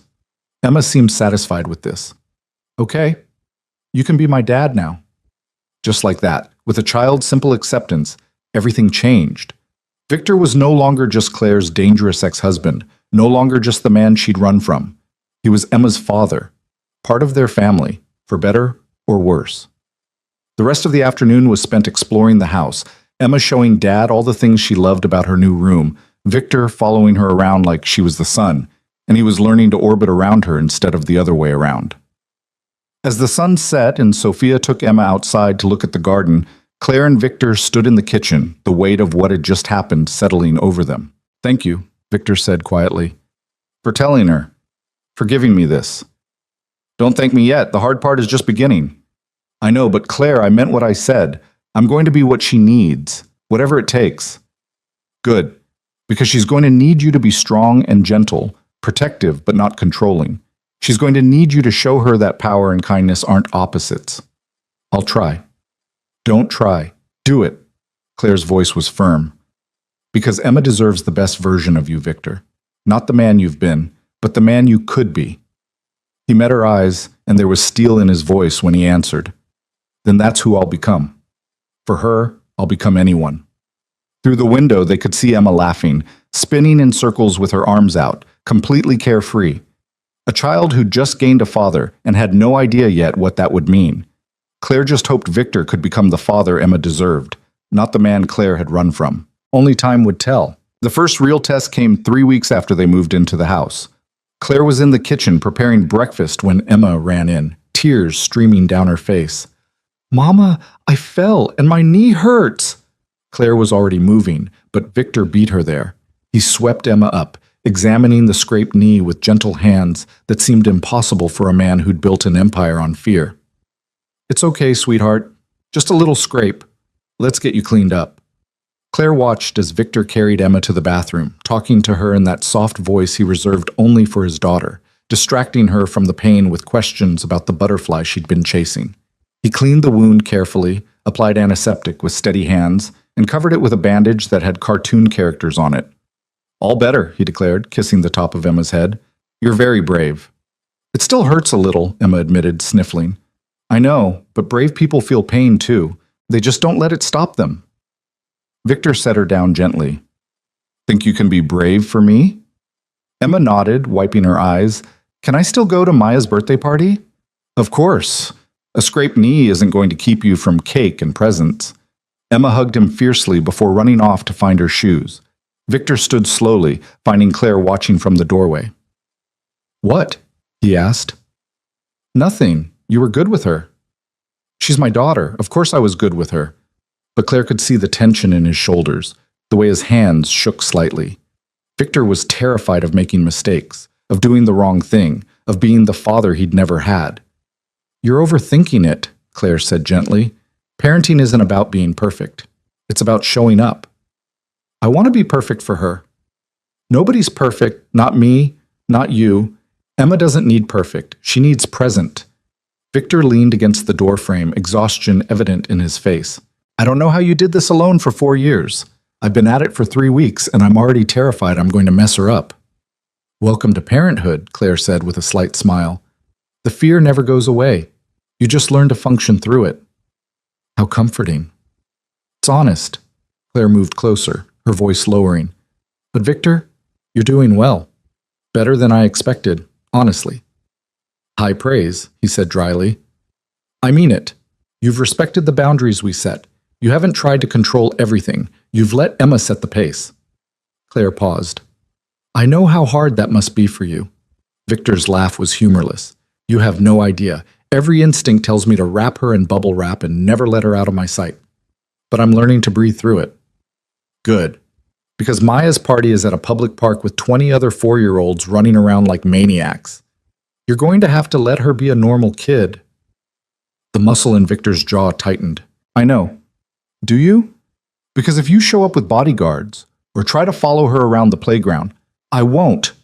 He cut her off, but not unkindly. I promised you I'd let her live normally. I'm keeping that promise. Claire studied him, looking for signs of deception, but found only tired sincerity. Okay, I'm trusting you. I know what that cost you. I won't waste it. The party was exactly as chaotic as Claire had predicted. 20 children hopped up on sugar, running wild through the park, while exhausted parents tried to maintain some semblance of order. Emma disappeared into the fray immediately, her scraped knee forgotten in the excitement of seeing her friends.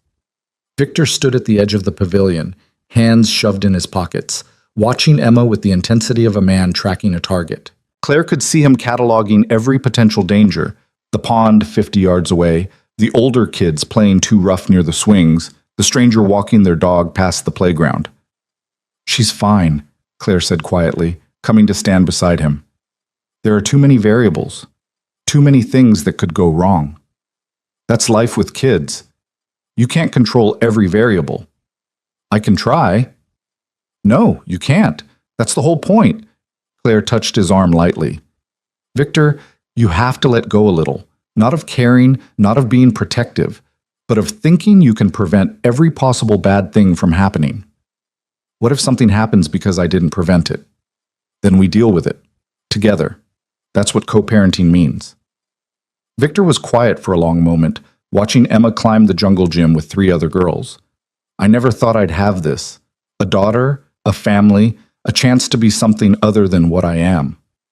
You still are what you are, Claire said honestly. But you're learning to be more than that too. Am I? Or am I just hiding it better? The question was raw, vulnerable in a way Victor rarely allowed himself to be.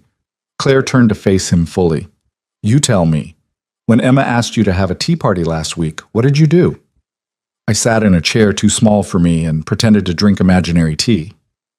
And when she wanted you to read the same bedtime story 3 nights in a row, I read it all 3 nights with different voices for the characters. And when Marcus Reeves sent that message asking to meet, Victor's expression hardened. I ignored it, like you asked me to. Did you want to respond? More than you know. Every instinct told me to shut him down permanently. But you didn't. No, because Emma was in the next room practicing her ABCs, and I thought about what kind of man I want her to see me as. Victor's voice was rough. So I deleted the message and went to help her with her letters instead. Claire felt something shift in her chest. This was what she'd been waiting for, Proof that Victor could choose differently, that his love for Emma could change him in ways Claire's love never had. "That's who you're becoming," she said quietly. "Not the man who responds to every threat with force. The man who chooses his daughter over his empire." "It's not that simple." "It never is, but you're trying. That's what matters." A shriek of laughter drew their attention. Emma was being chased by two boys, all three of them giggling wildly as they ran circles around the playground equipment. She was completely, perfectly happy. "She's amazing," Victor said, and there was wonder in his voice. "How did we make something so perfect?" "We didn't. She made herself." Claire smiled slightly. "We just get to witness it." They stood there together, watching their daughter play, and for the first time since Victor had walked back into her life, Claire felt something like peace. Maybe this could work. Maybe they could build something functional from the broken pieces of what they'd been. The illusion lasted exactly 4 more days. Claire was at the grocery store with Emma when her phone rang. Sophia's name flashed on the screen. "Hey, what's up?" "Where are you?" Sophia's voice was tight with tension. "Grocery shopping. Why?" "You need to go home. Now. Don't stop anywhere. Don't talk to anyone. Just get Emma and go straight home." Ice flooded Claire's veins. "What happened?" "Victor will explain. Just please, Claire. Go home now." The drive back felt like it took hours instead of minutes. Emma chattered about the cookies they'd bought, oblivious to Claire's white-knuckled grip on the steering wheel. Claire kept checking the mirrors, looking for cars following them, for threats she couldn't name. Victor was waiting when they pulled into the driveway. He looked like he'd aged 10 years since morning. "Emma, sweetie," Claire said, forcing her voice to stay calm. "Why don't you go play in your room for a bit? Dad and I need to talk." Emma looked between them, picking up on the tension. "Are you fighting?" "No, baby, just adult talk. Go on." Once Emma was safely upstairs, Claire rounded on Victor. "What happened?" "Marcus Reeves is dead." The words hit like a physical blow. "What?" "They found him this morning, shot twice in his car. Professional hit." Claire's mind was racing. "And they think you did it." "I didn't." Victor's voice was fierce. "I swear to you, Claire, I had nothing to do with it. I've been handling him exactly like you asked, ignoring him, not engaging." "But people won't believe that. They'll think exactly what they're supposed to think, that I silenced a problem." Victor ran both hands through his hair. "Someone's setting me up. Someone who knows about Marcus's interest in you and Emma, who knows I'd be the obvious suspect." "Who?" "I don't know yet. But Claire, this is bad. The police are going to come asking questions. Federal agents too, probably. And when they do, they're going to want to know about you, about why Marcus was so interested in finding you." Claire sank into a chair, her whole body shaking. "This is what I was afraid of. This exact thing, your world destroying ours." "I know. And I'm sorry, but we have to deal with what's in front of us." "How? How do we deal with this?" Victor knelt in front of her, taking her hands. "First, you tell me the truth. All of it. Is there anything in your past, anything before you met me, that someone could use against you?" "No. I was nobody. A girl who catered parties and went to community college. I didn't have secrets until I had you." "And when you left, did you do anything illegal? Steal money, forge documents, anything?" "I had a friend help me get new identification. She worked at the DMV. That's it." Victor processed this. "Okay, that's manageable. The bigger problem is explaining why you left, why you hid Emma from me." "I'll tell them the truth. That I was afraid. That you were controlling and I needed to get away." "That makes me look worse." "I don't care how you look," Claire shot back. "I care about keeping Emma safe, and the truth is our best option. The truth is that I'm a crime boss who drove away the mother of his child because I couldn't tell the difference between love and possession," Victor said bitterly. "That's not going to win me any sympathy." "Maybe not, but it's honest." Claire squeezed his hands. "Victor, if we start lying now, we'll never stop, and Emma deserves better than that." Before Victor could respond, the doorbell rang. They looked at each other, both knowing who it would be. "Stay here," Victor said, standing. "Let me handle this." "No, we handle it together." Victor opened the door to find 2 federal agents standing on the porch, badges already out. "Victor Kane? I'm Agent Martinez. This is Agent Chen. We need to ask you some questions about Marcus Reeves." "Of course, come in." They settled in the living room, Claire and Victor on one couch, the agents across from them. Agent Martinez was older, weathered by years of investigating men like Victor. Agent Chen was younger, sharper, watching everything with analytical eyes. "Mr. Kane, when was the last time you spoke to Marcus Reeves?" Martinez asked. "About 3 weeks ago. He called wanting to meet. I declined. And before that?" "About a month ago. We had a brief conversation about business matters." "What kind of business matters?" Victor's expression was carefully neutral. "Marcus had questions about some mutual acquaintances. I answered what I could." "Mutual acquaintances," Chen repeated, "such as?" "This is where I need to clarify something," Victor said calmly. "I'm happy to cooperate with your investigation, but I'm also aware of my rights. If you're treating me as a suspect rather than a witness, I should have my attorney present." Martinez smiled thinly. "We're just having a conversation, Mr. Kane. A conversation that could easily turn into an interrogation.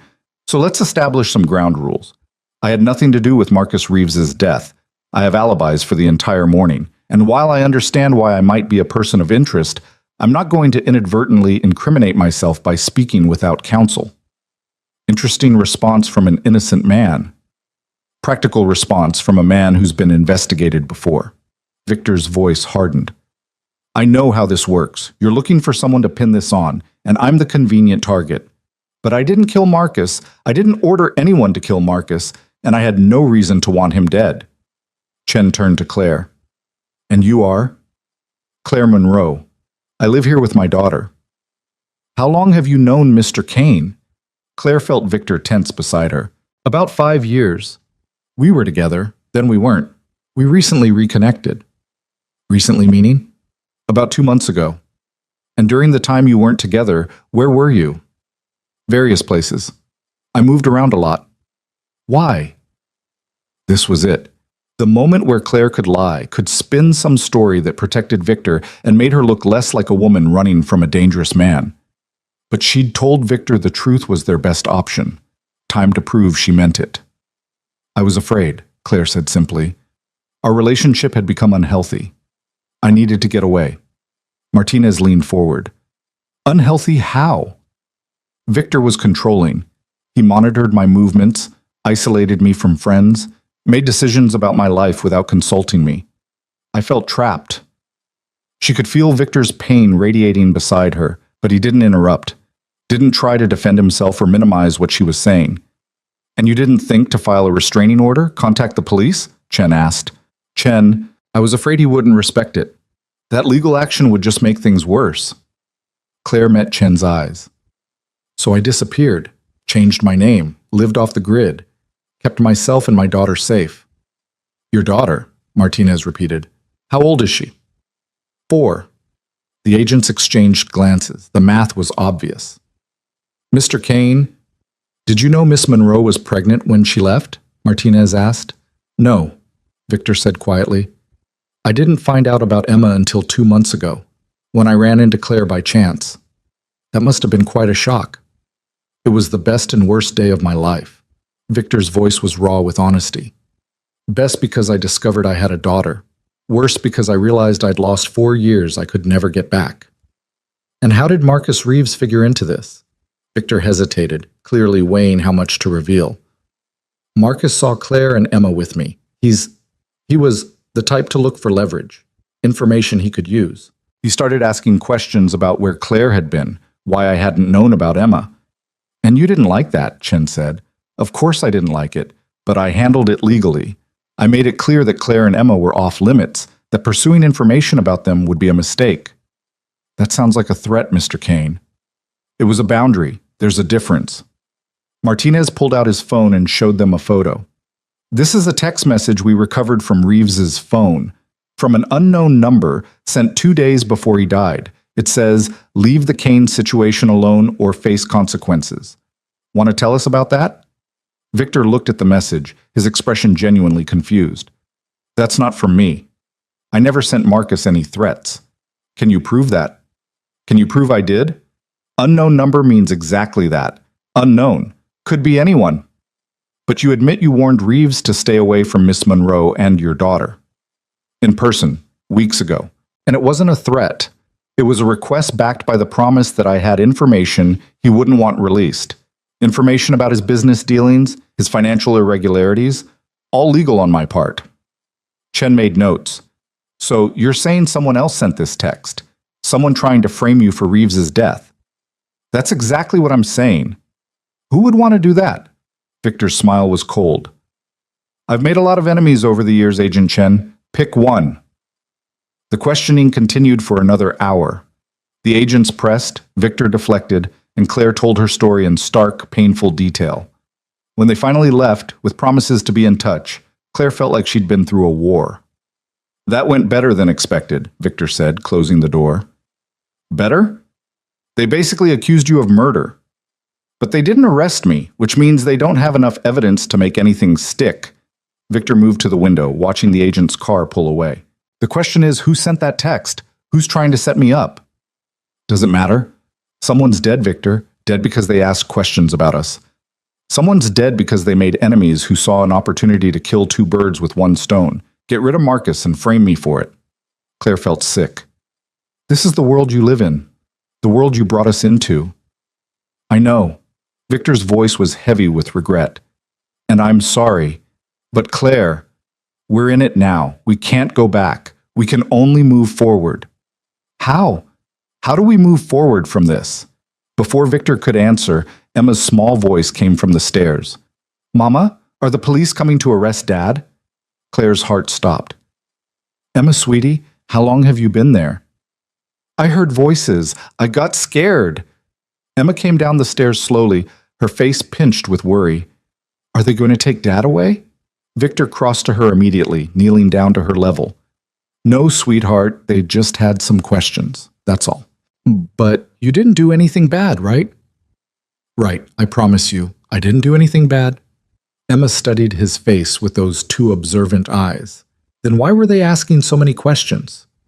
Because sometimes, when bad things happen, the police have to talk to lots of people to figure out what happened, even people who didn't do anything wrong.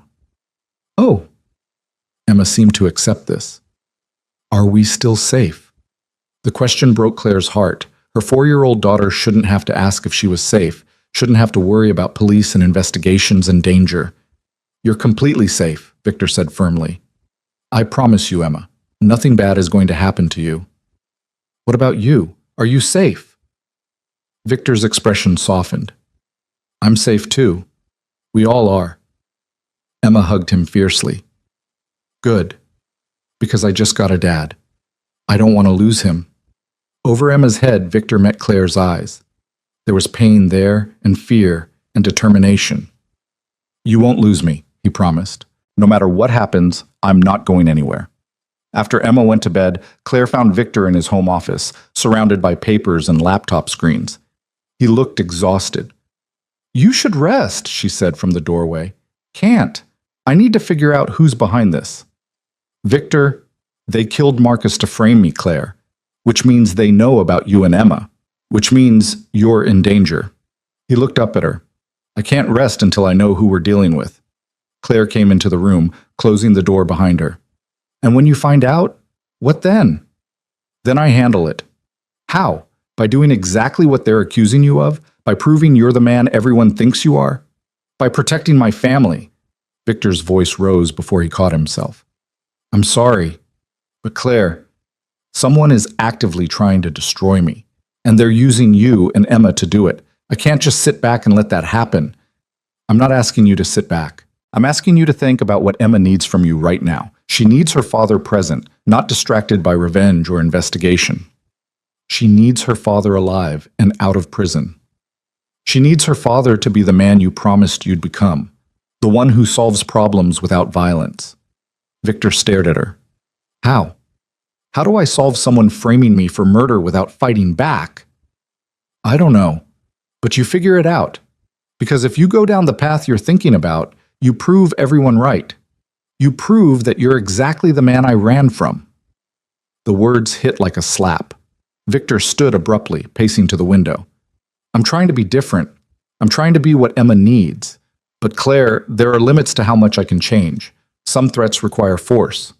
No, some threats require intelligence, strategy, using the system instead of working outside it. The system that's trying to put me in prison for something I didn't do? The system you work within when you call your high-powered attorneys and use your connections and your money to prove your innocence. Claire moved closer. You have resources, Victor. Legal resources. Use them. He was quiet for a long moment, staring out at the dark yard. Finally, he spoke. What if legal means aren't enough? Then you make them enough. You find another way. Because the alternative is losing everything. Your freedom, your daughter, the chance to be better than what you were. Victor turned to face her. You really believe I can do this? Fight back without becoming a monster? I believe you can try. And I believe Emma deserves a father who tries. Something shifted in Victor's expression. The hard edges softened slightly. Okay, he said quietly. I'll do this your way. Legal channels, proper investigation. I'll let my attorneys handle it. Really? Really. Because you're right. Emma needs me here, not in prison or on the run. And if that means swallowing my pride and trusting the system I've spent years circumventing, then that's what I'll do. Claire felt relief wash through her. Thank you. Don't thank me yet. This could still blow up in our faces. I know, but at least we'll face it together, as a family. Victor crossed to her, stopping just short of touching. Is that what we are? A family? Claire thought about it. Thought about Emma upstairs sleeping peacefully because she trusted them to keep her safe. Thought about Victor, trying so hard to be different, to be better. Thought about herself, learning to trust again despite every instinct screaming at her to run. I think we're trying to be, she said finally, and maybe that's enough for now. Maybe, Victor agreed. But Claire, if we're doing this, really doing this, I need to know we're on the same page, that you're not just tolerating me for Emma's sake. I'm not tolerating you. I'm cautiously, carefully, terrifyingly giving you a chance to prove you've changed. And if I prove it, what then? Claire met his eyes. Then maybe we figure out what comes next. Together. It wasn't a declaration of love. It wasn't forgiveness for the past or promises about the future. But it was possibility. And right now, possibility was more than either of them had dared to hope for. The investigation dragged on for 6 weeks. 6 weeks of Victor meeting with attorneys, of federal agents showing up at unexpected times, of Emma asking questions no 4-year-old should have to ask. But through it all, Victor kept his promise. He stayed present. He didn't disappear into his old world of threats and intimidation. He fought back legally, systematically, proving that Marcus Reeves's death had nothing to do with him. Claire watched him transform day by day. The man who'd once solved every problem with force learned to trust lawyers and evidence and process. It was painful for him. She could see it in the tension of his shoulders, the way his hands would clench when he wanted to take action, but forced himself to wait. But he was doing it. For Emma. For the chance to be someone different. The break came from an unexpected source. Victor's lead attorney, a sharp woman named Patricia Hernandez, discovered financial transfers from one of Victor's business rivals to an offshore account linked to the hitman who'd killed Marcus. The rival, a man named Thomas Garrett, had seen an opportunity to eliminate both a problematic associate and his biggest competitor in one move. We have him, Patricia announced, spreading documents across Victor's dining room table. The transfers, the communications, the timeline, everything points to Garrett orchestrating this to frame you. Victor studied the papers with an expression Claire couldn't quite read. How long until the feds see this? I'm meeting with them tomorrow morning. By afternoon, they should be redirecting their investigation. After Patricia left, Victor sat in silence, staring at the evidence that would clear his name. Claire found him there an hour later, Emma already asleep upstairs. You should be celebrating, she said. Should I? Victor looked up at her. Garrett's going to prison because I had better lawyers than he did. Because I could afford to dig deeper, investigate harder. The system worked for me because I have money and power. That's not justice, Claire. That's just another form of the same game I've been playing my whole life. Claire sat down beside him. But you played it differently this time. You didn't threaten Garrett. You didn't make him disappear. You used the legal system exactly like you promised you would. And if the evidence hadn't been there, if Patricia hadn't found those transfers, then we would have dealt with it, together. But Victor, you can't second-guess doing the right thing just because it worked out. He was quiet for a long moment. I keep waiting for the other shoe to drop, for some part of my old life to come back and destroy what we're building. It might. There are no guarantees. Claire reached for his hand. But you're not the same man you were when I left. That man would have handled this very differently. Would he? Or is he just hiding, waiting for the right moment to come back out? I don't know, Claire said honestly. I think that's something you'll have to keep choosing every day. Who you want to be. Who Emma needs you to be. Victor turned to look at her fully. And who do you need me to be? The question caught Claire off guard. She'd spent so much time thinking about what Emma needed, what was safe, what was right. She hadn't let herself think about what she wanted. I need you to be honest, she said finally, about who you are, who you were, and who you're trying to become. I need you to keep choosing us over everything else. And I need you to understand that I'm still learning to trust you, that it might take a long time. I can do that. Victor's voice was soft. I can be patient. Can you? Because Victor, there's something I need to tell you, something I've been afraid to say. He tensed. What? Claire took a deep breath. I'm starting to see glimpses of the man I fell in love with, the one who existed before the empire consumed him, and it terrifies me. Because I don't know if I can survive loving you and losing you again. Victor's expression was raw with emotion. You won't lose me. You don't know that. None of us know what's going to happen. Then let's figure it out together. He stood, pulling her up with him. Claire, I know I don't deserve another chance. I know I hurt you in ways I can't take back. But I'm asking anyway. Give me a real chance. Not just as Emma's father, but as someone who could be part of your life, your partner, your... Don't, Claire cut him off. Don't say it unless you mean it, unless you're absolutely sure you can be what you're promising. I am sure. I've never been more sure of anything. You were sure before. When you promised you'd never try to control me, never cage me. And then you did exactly that. Victor flinched but didn't look away. You're right. I made promises I didn't keep. But Claire, I was a different person then. I didn't understand what I was doing to you. I thought protection and possession were the same thing. And now? Now I know the difference. Now I know that loving someone means trusting them to make their own choices, even when those choices scare you, even when you want to lock them away and keep them safe from everything. Claire searched his face for signs of deception, but found only painful honesty. I need time to see if this version of you is real or just another mask. I'll give you all the time you need, a month, a year, forever, if that's what it takes. And what about Emma? She's already calling you dad. She's already built you into her life. What happens if we try this and it doesn't work? If you can't maintain the change? Then we co-parent like we've been doing. Emma doesn't lose me either way. That's non-negotiable. Victor's voice was firm. But Claire, I have to believe we can be more than just two people raising a child together. I have to believe there's a chance for us. Before Claire could respond, Emma's voice called from upstairs. Mama? Dad? I had a bad dream. They looked at each other, the moment suspended, and then moved together up the stairs. Emma was sitting up in bed, tears on her cheeks, clutching her favorite stuffed rabbit. What did you dream about, sweetheart? Claire asked, settling on the edge of the bed. You and Dad were fighting, and then Dad went away and didn't come back. Victor knelt beside the bed, taking Emma's small hand in his. I'm not going anywhere, Emma, I promise. But you were gone for so long before. What if you go away again? I wasn't gone before, I just didn't know about you. But now I do, and nothing could make me leave.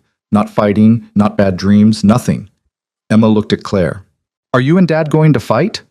Claire chose her words carefully. Sometimes grown-ups disagree, but that doesn't mean anyone's going away. Your dad and I are learning how to be a family together. Sometimes that's hard, but we're not giving up. Promise? Claire looked at Victor over Emma's head. He met her eyes, and she saw the same question there. Could they promise this? Could they swear to Emma that they'd make this work, whatever this became?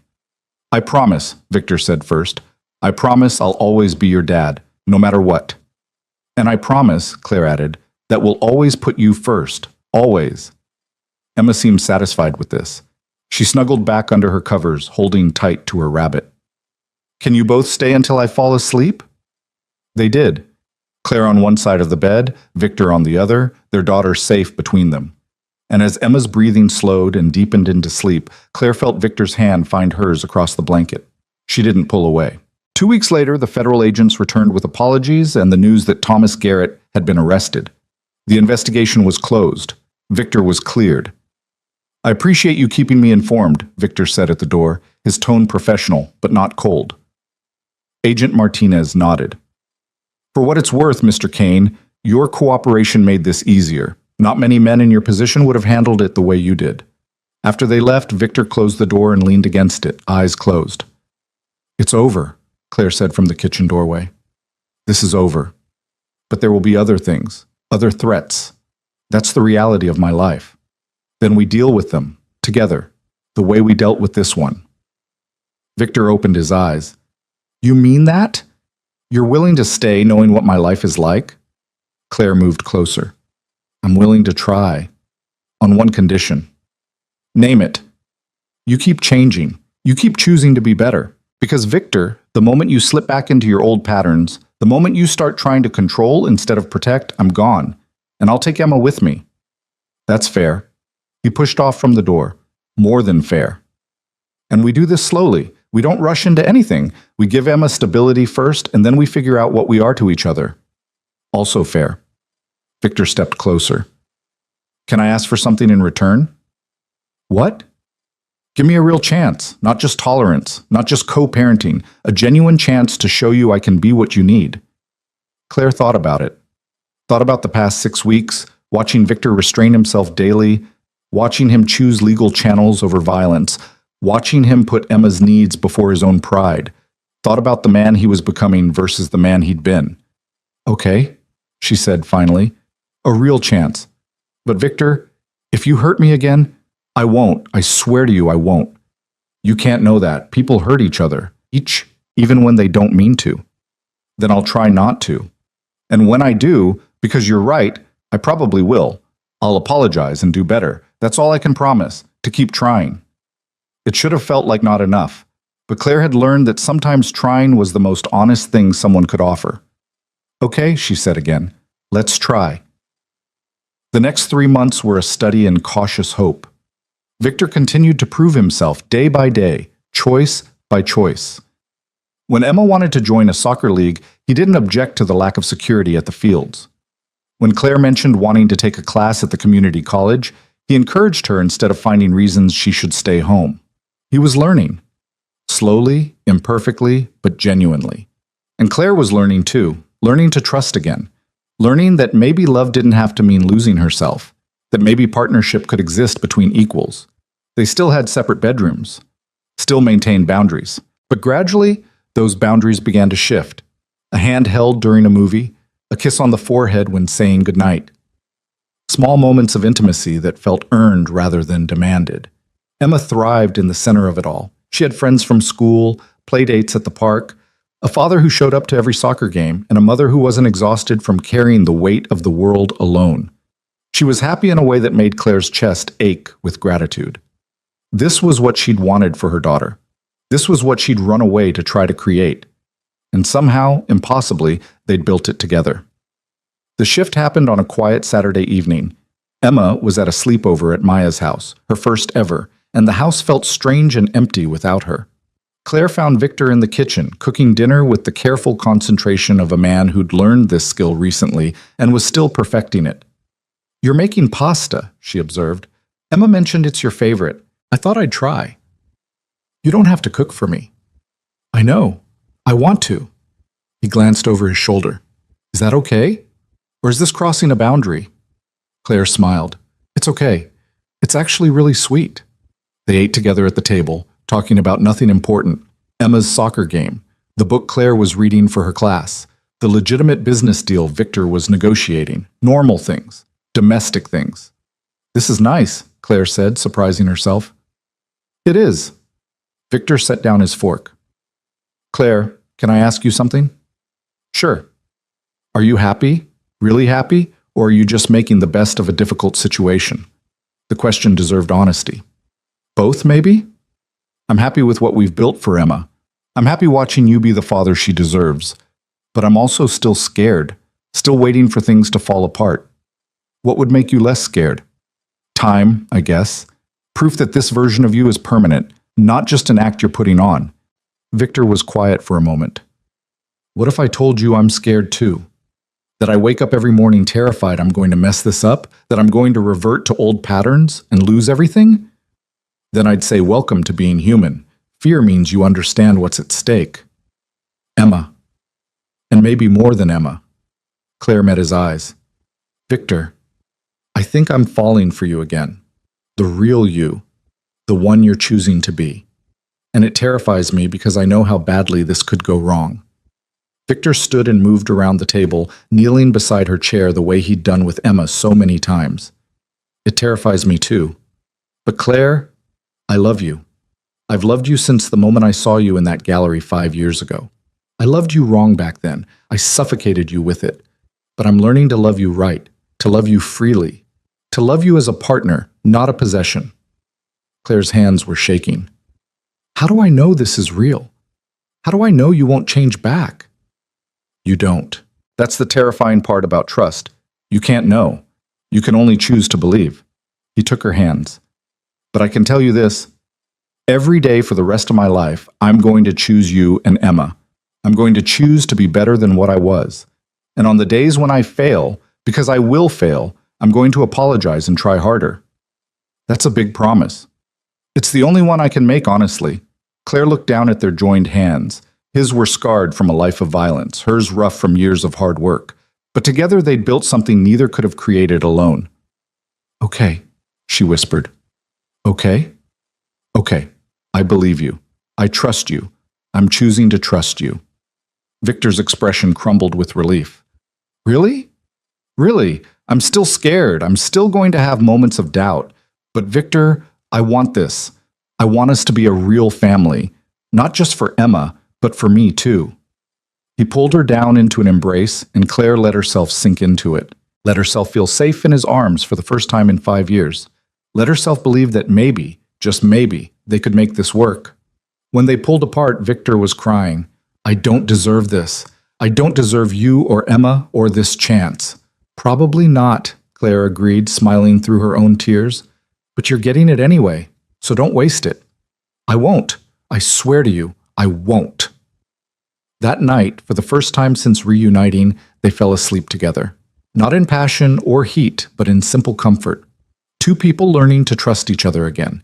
Two parents building a life for their daughter. Two broken people becoming whole.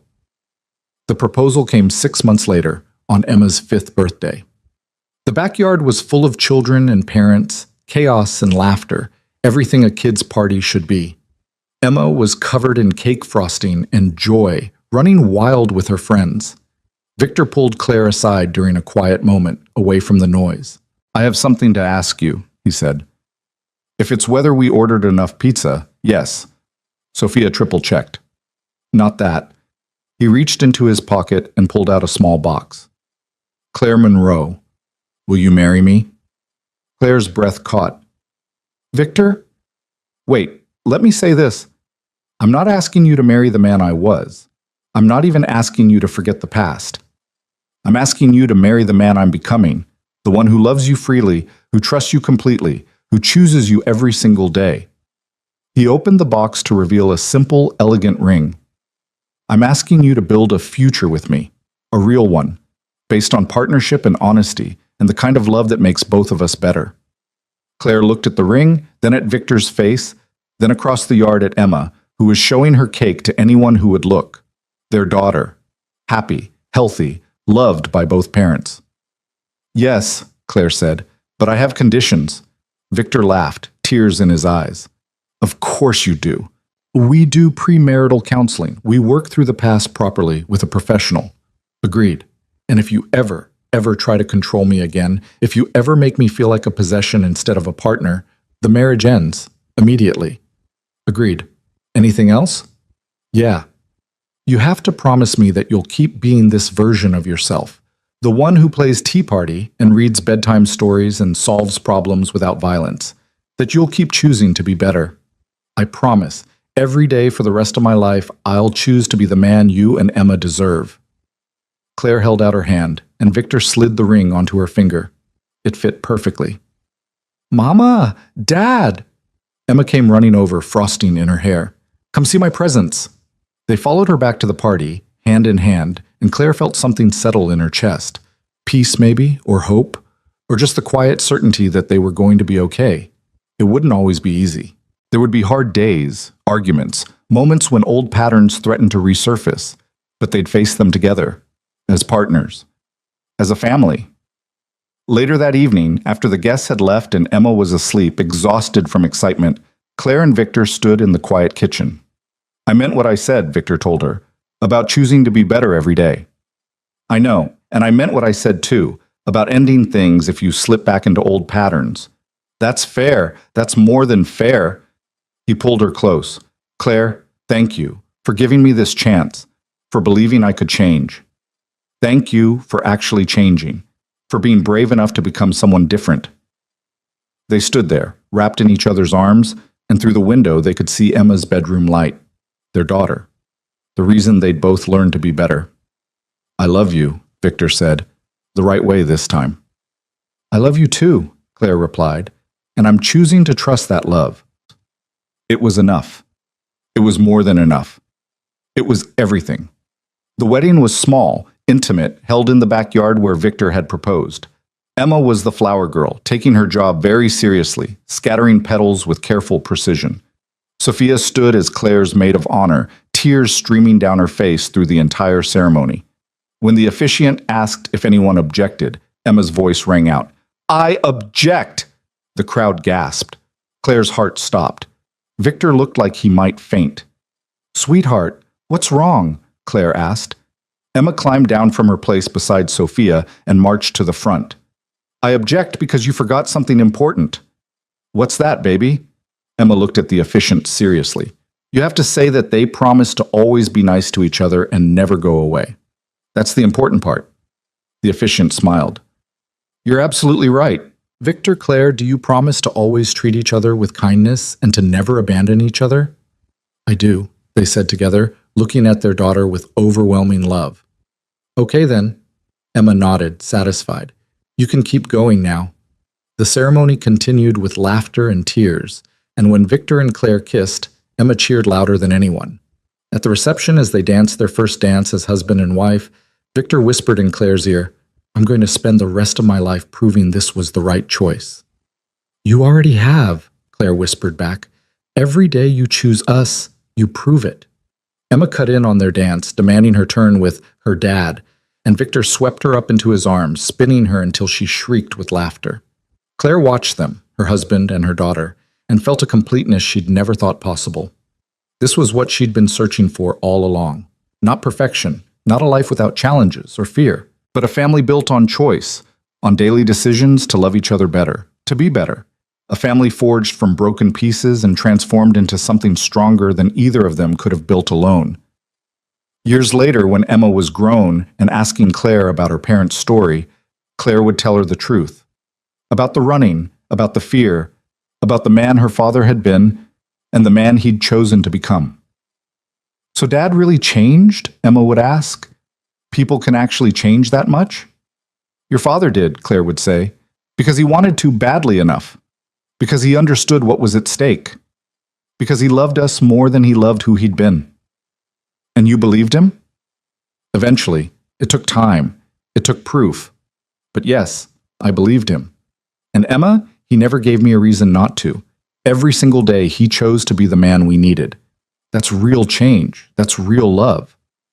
But that conversation was years in the future. For now, Claire danced with her husband at their wedding, their daughter laughing between them, and thought that maybe the best stories weren't about people who had it easy. Maybe the best stories were about people who fought for each other, who chose each other, who built something beautiful from the ruins of what they'd been. And this story, their story, was far from over. It was only just beginning.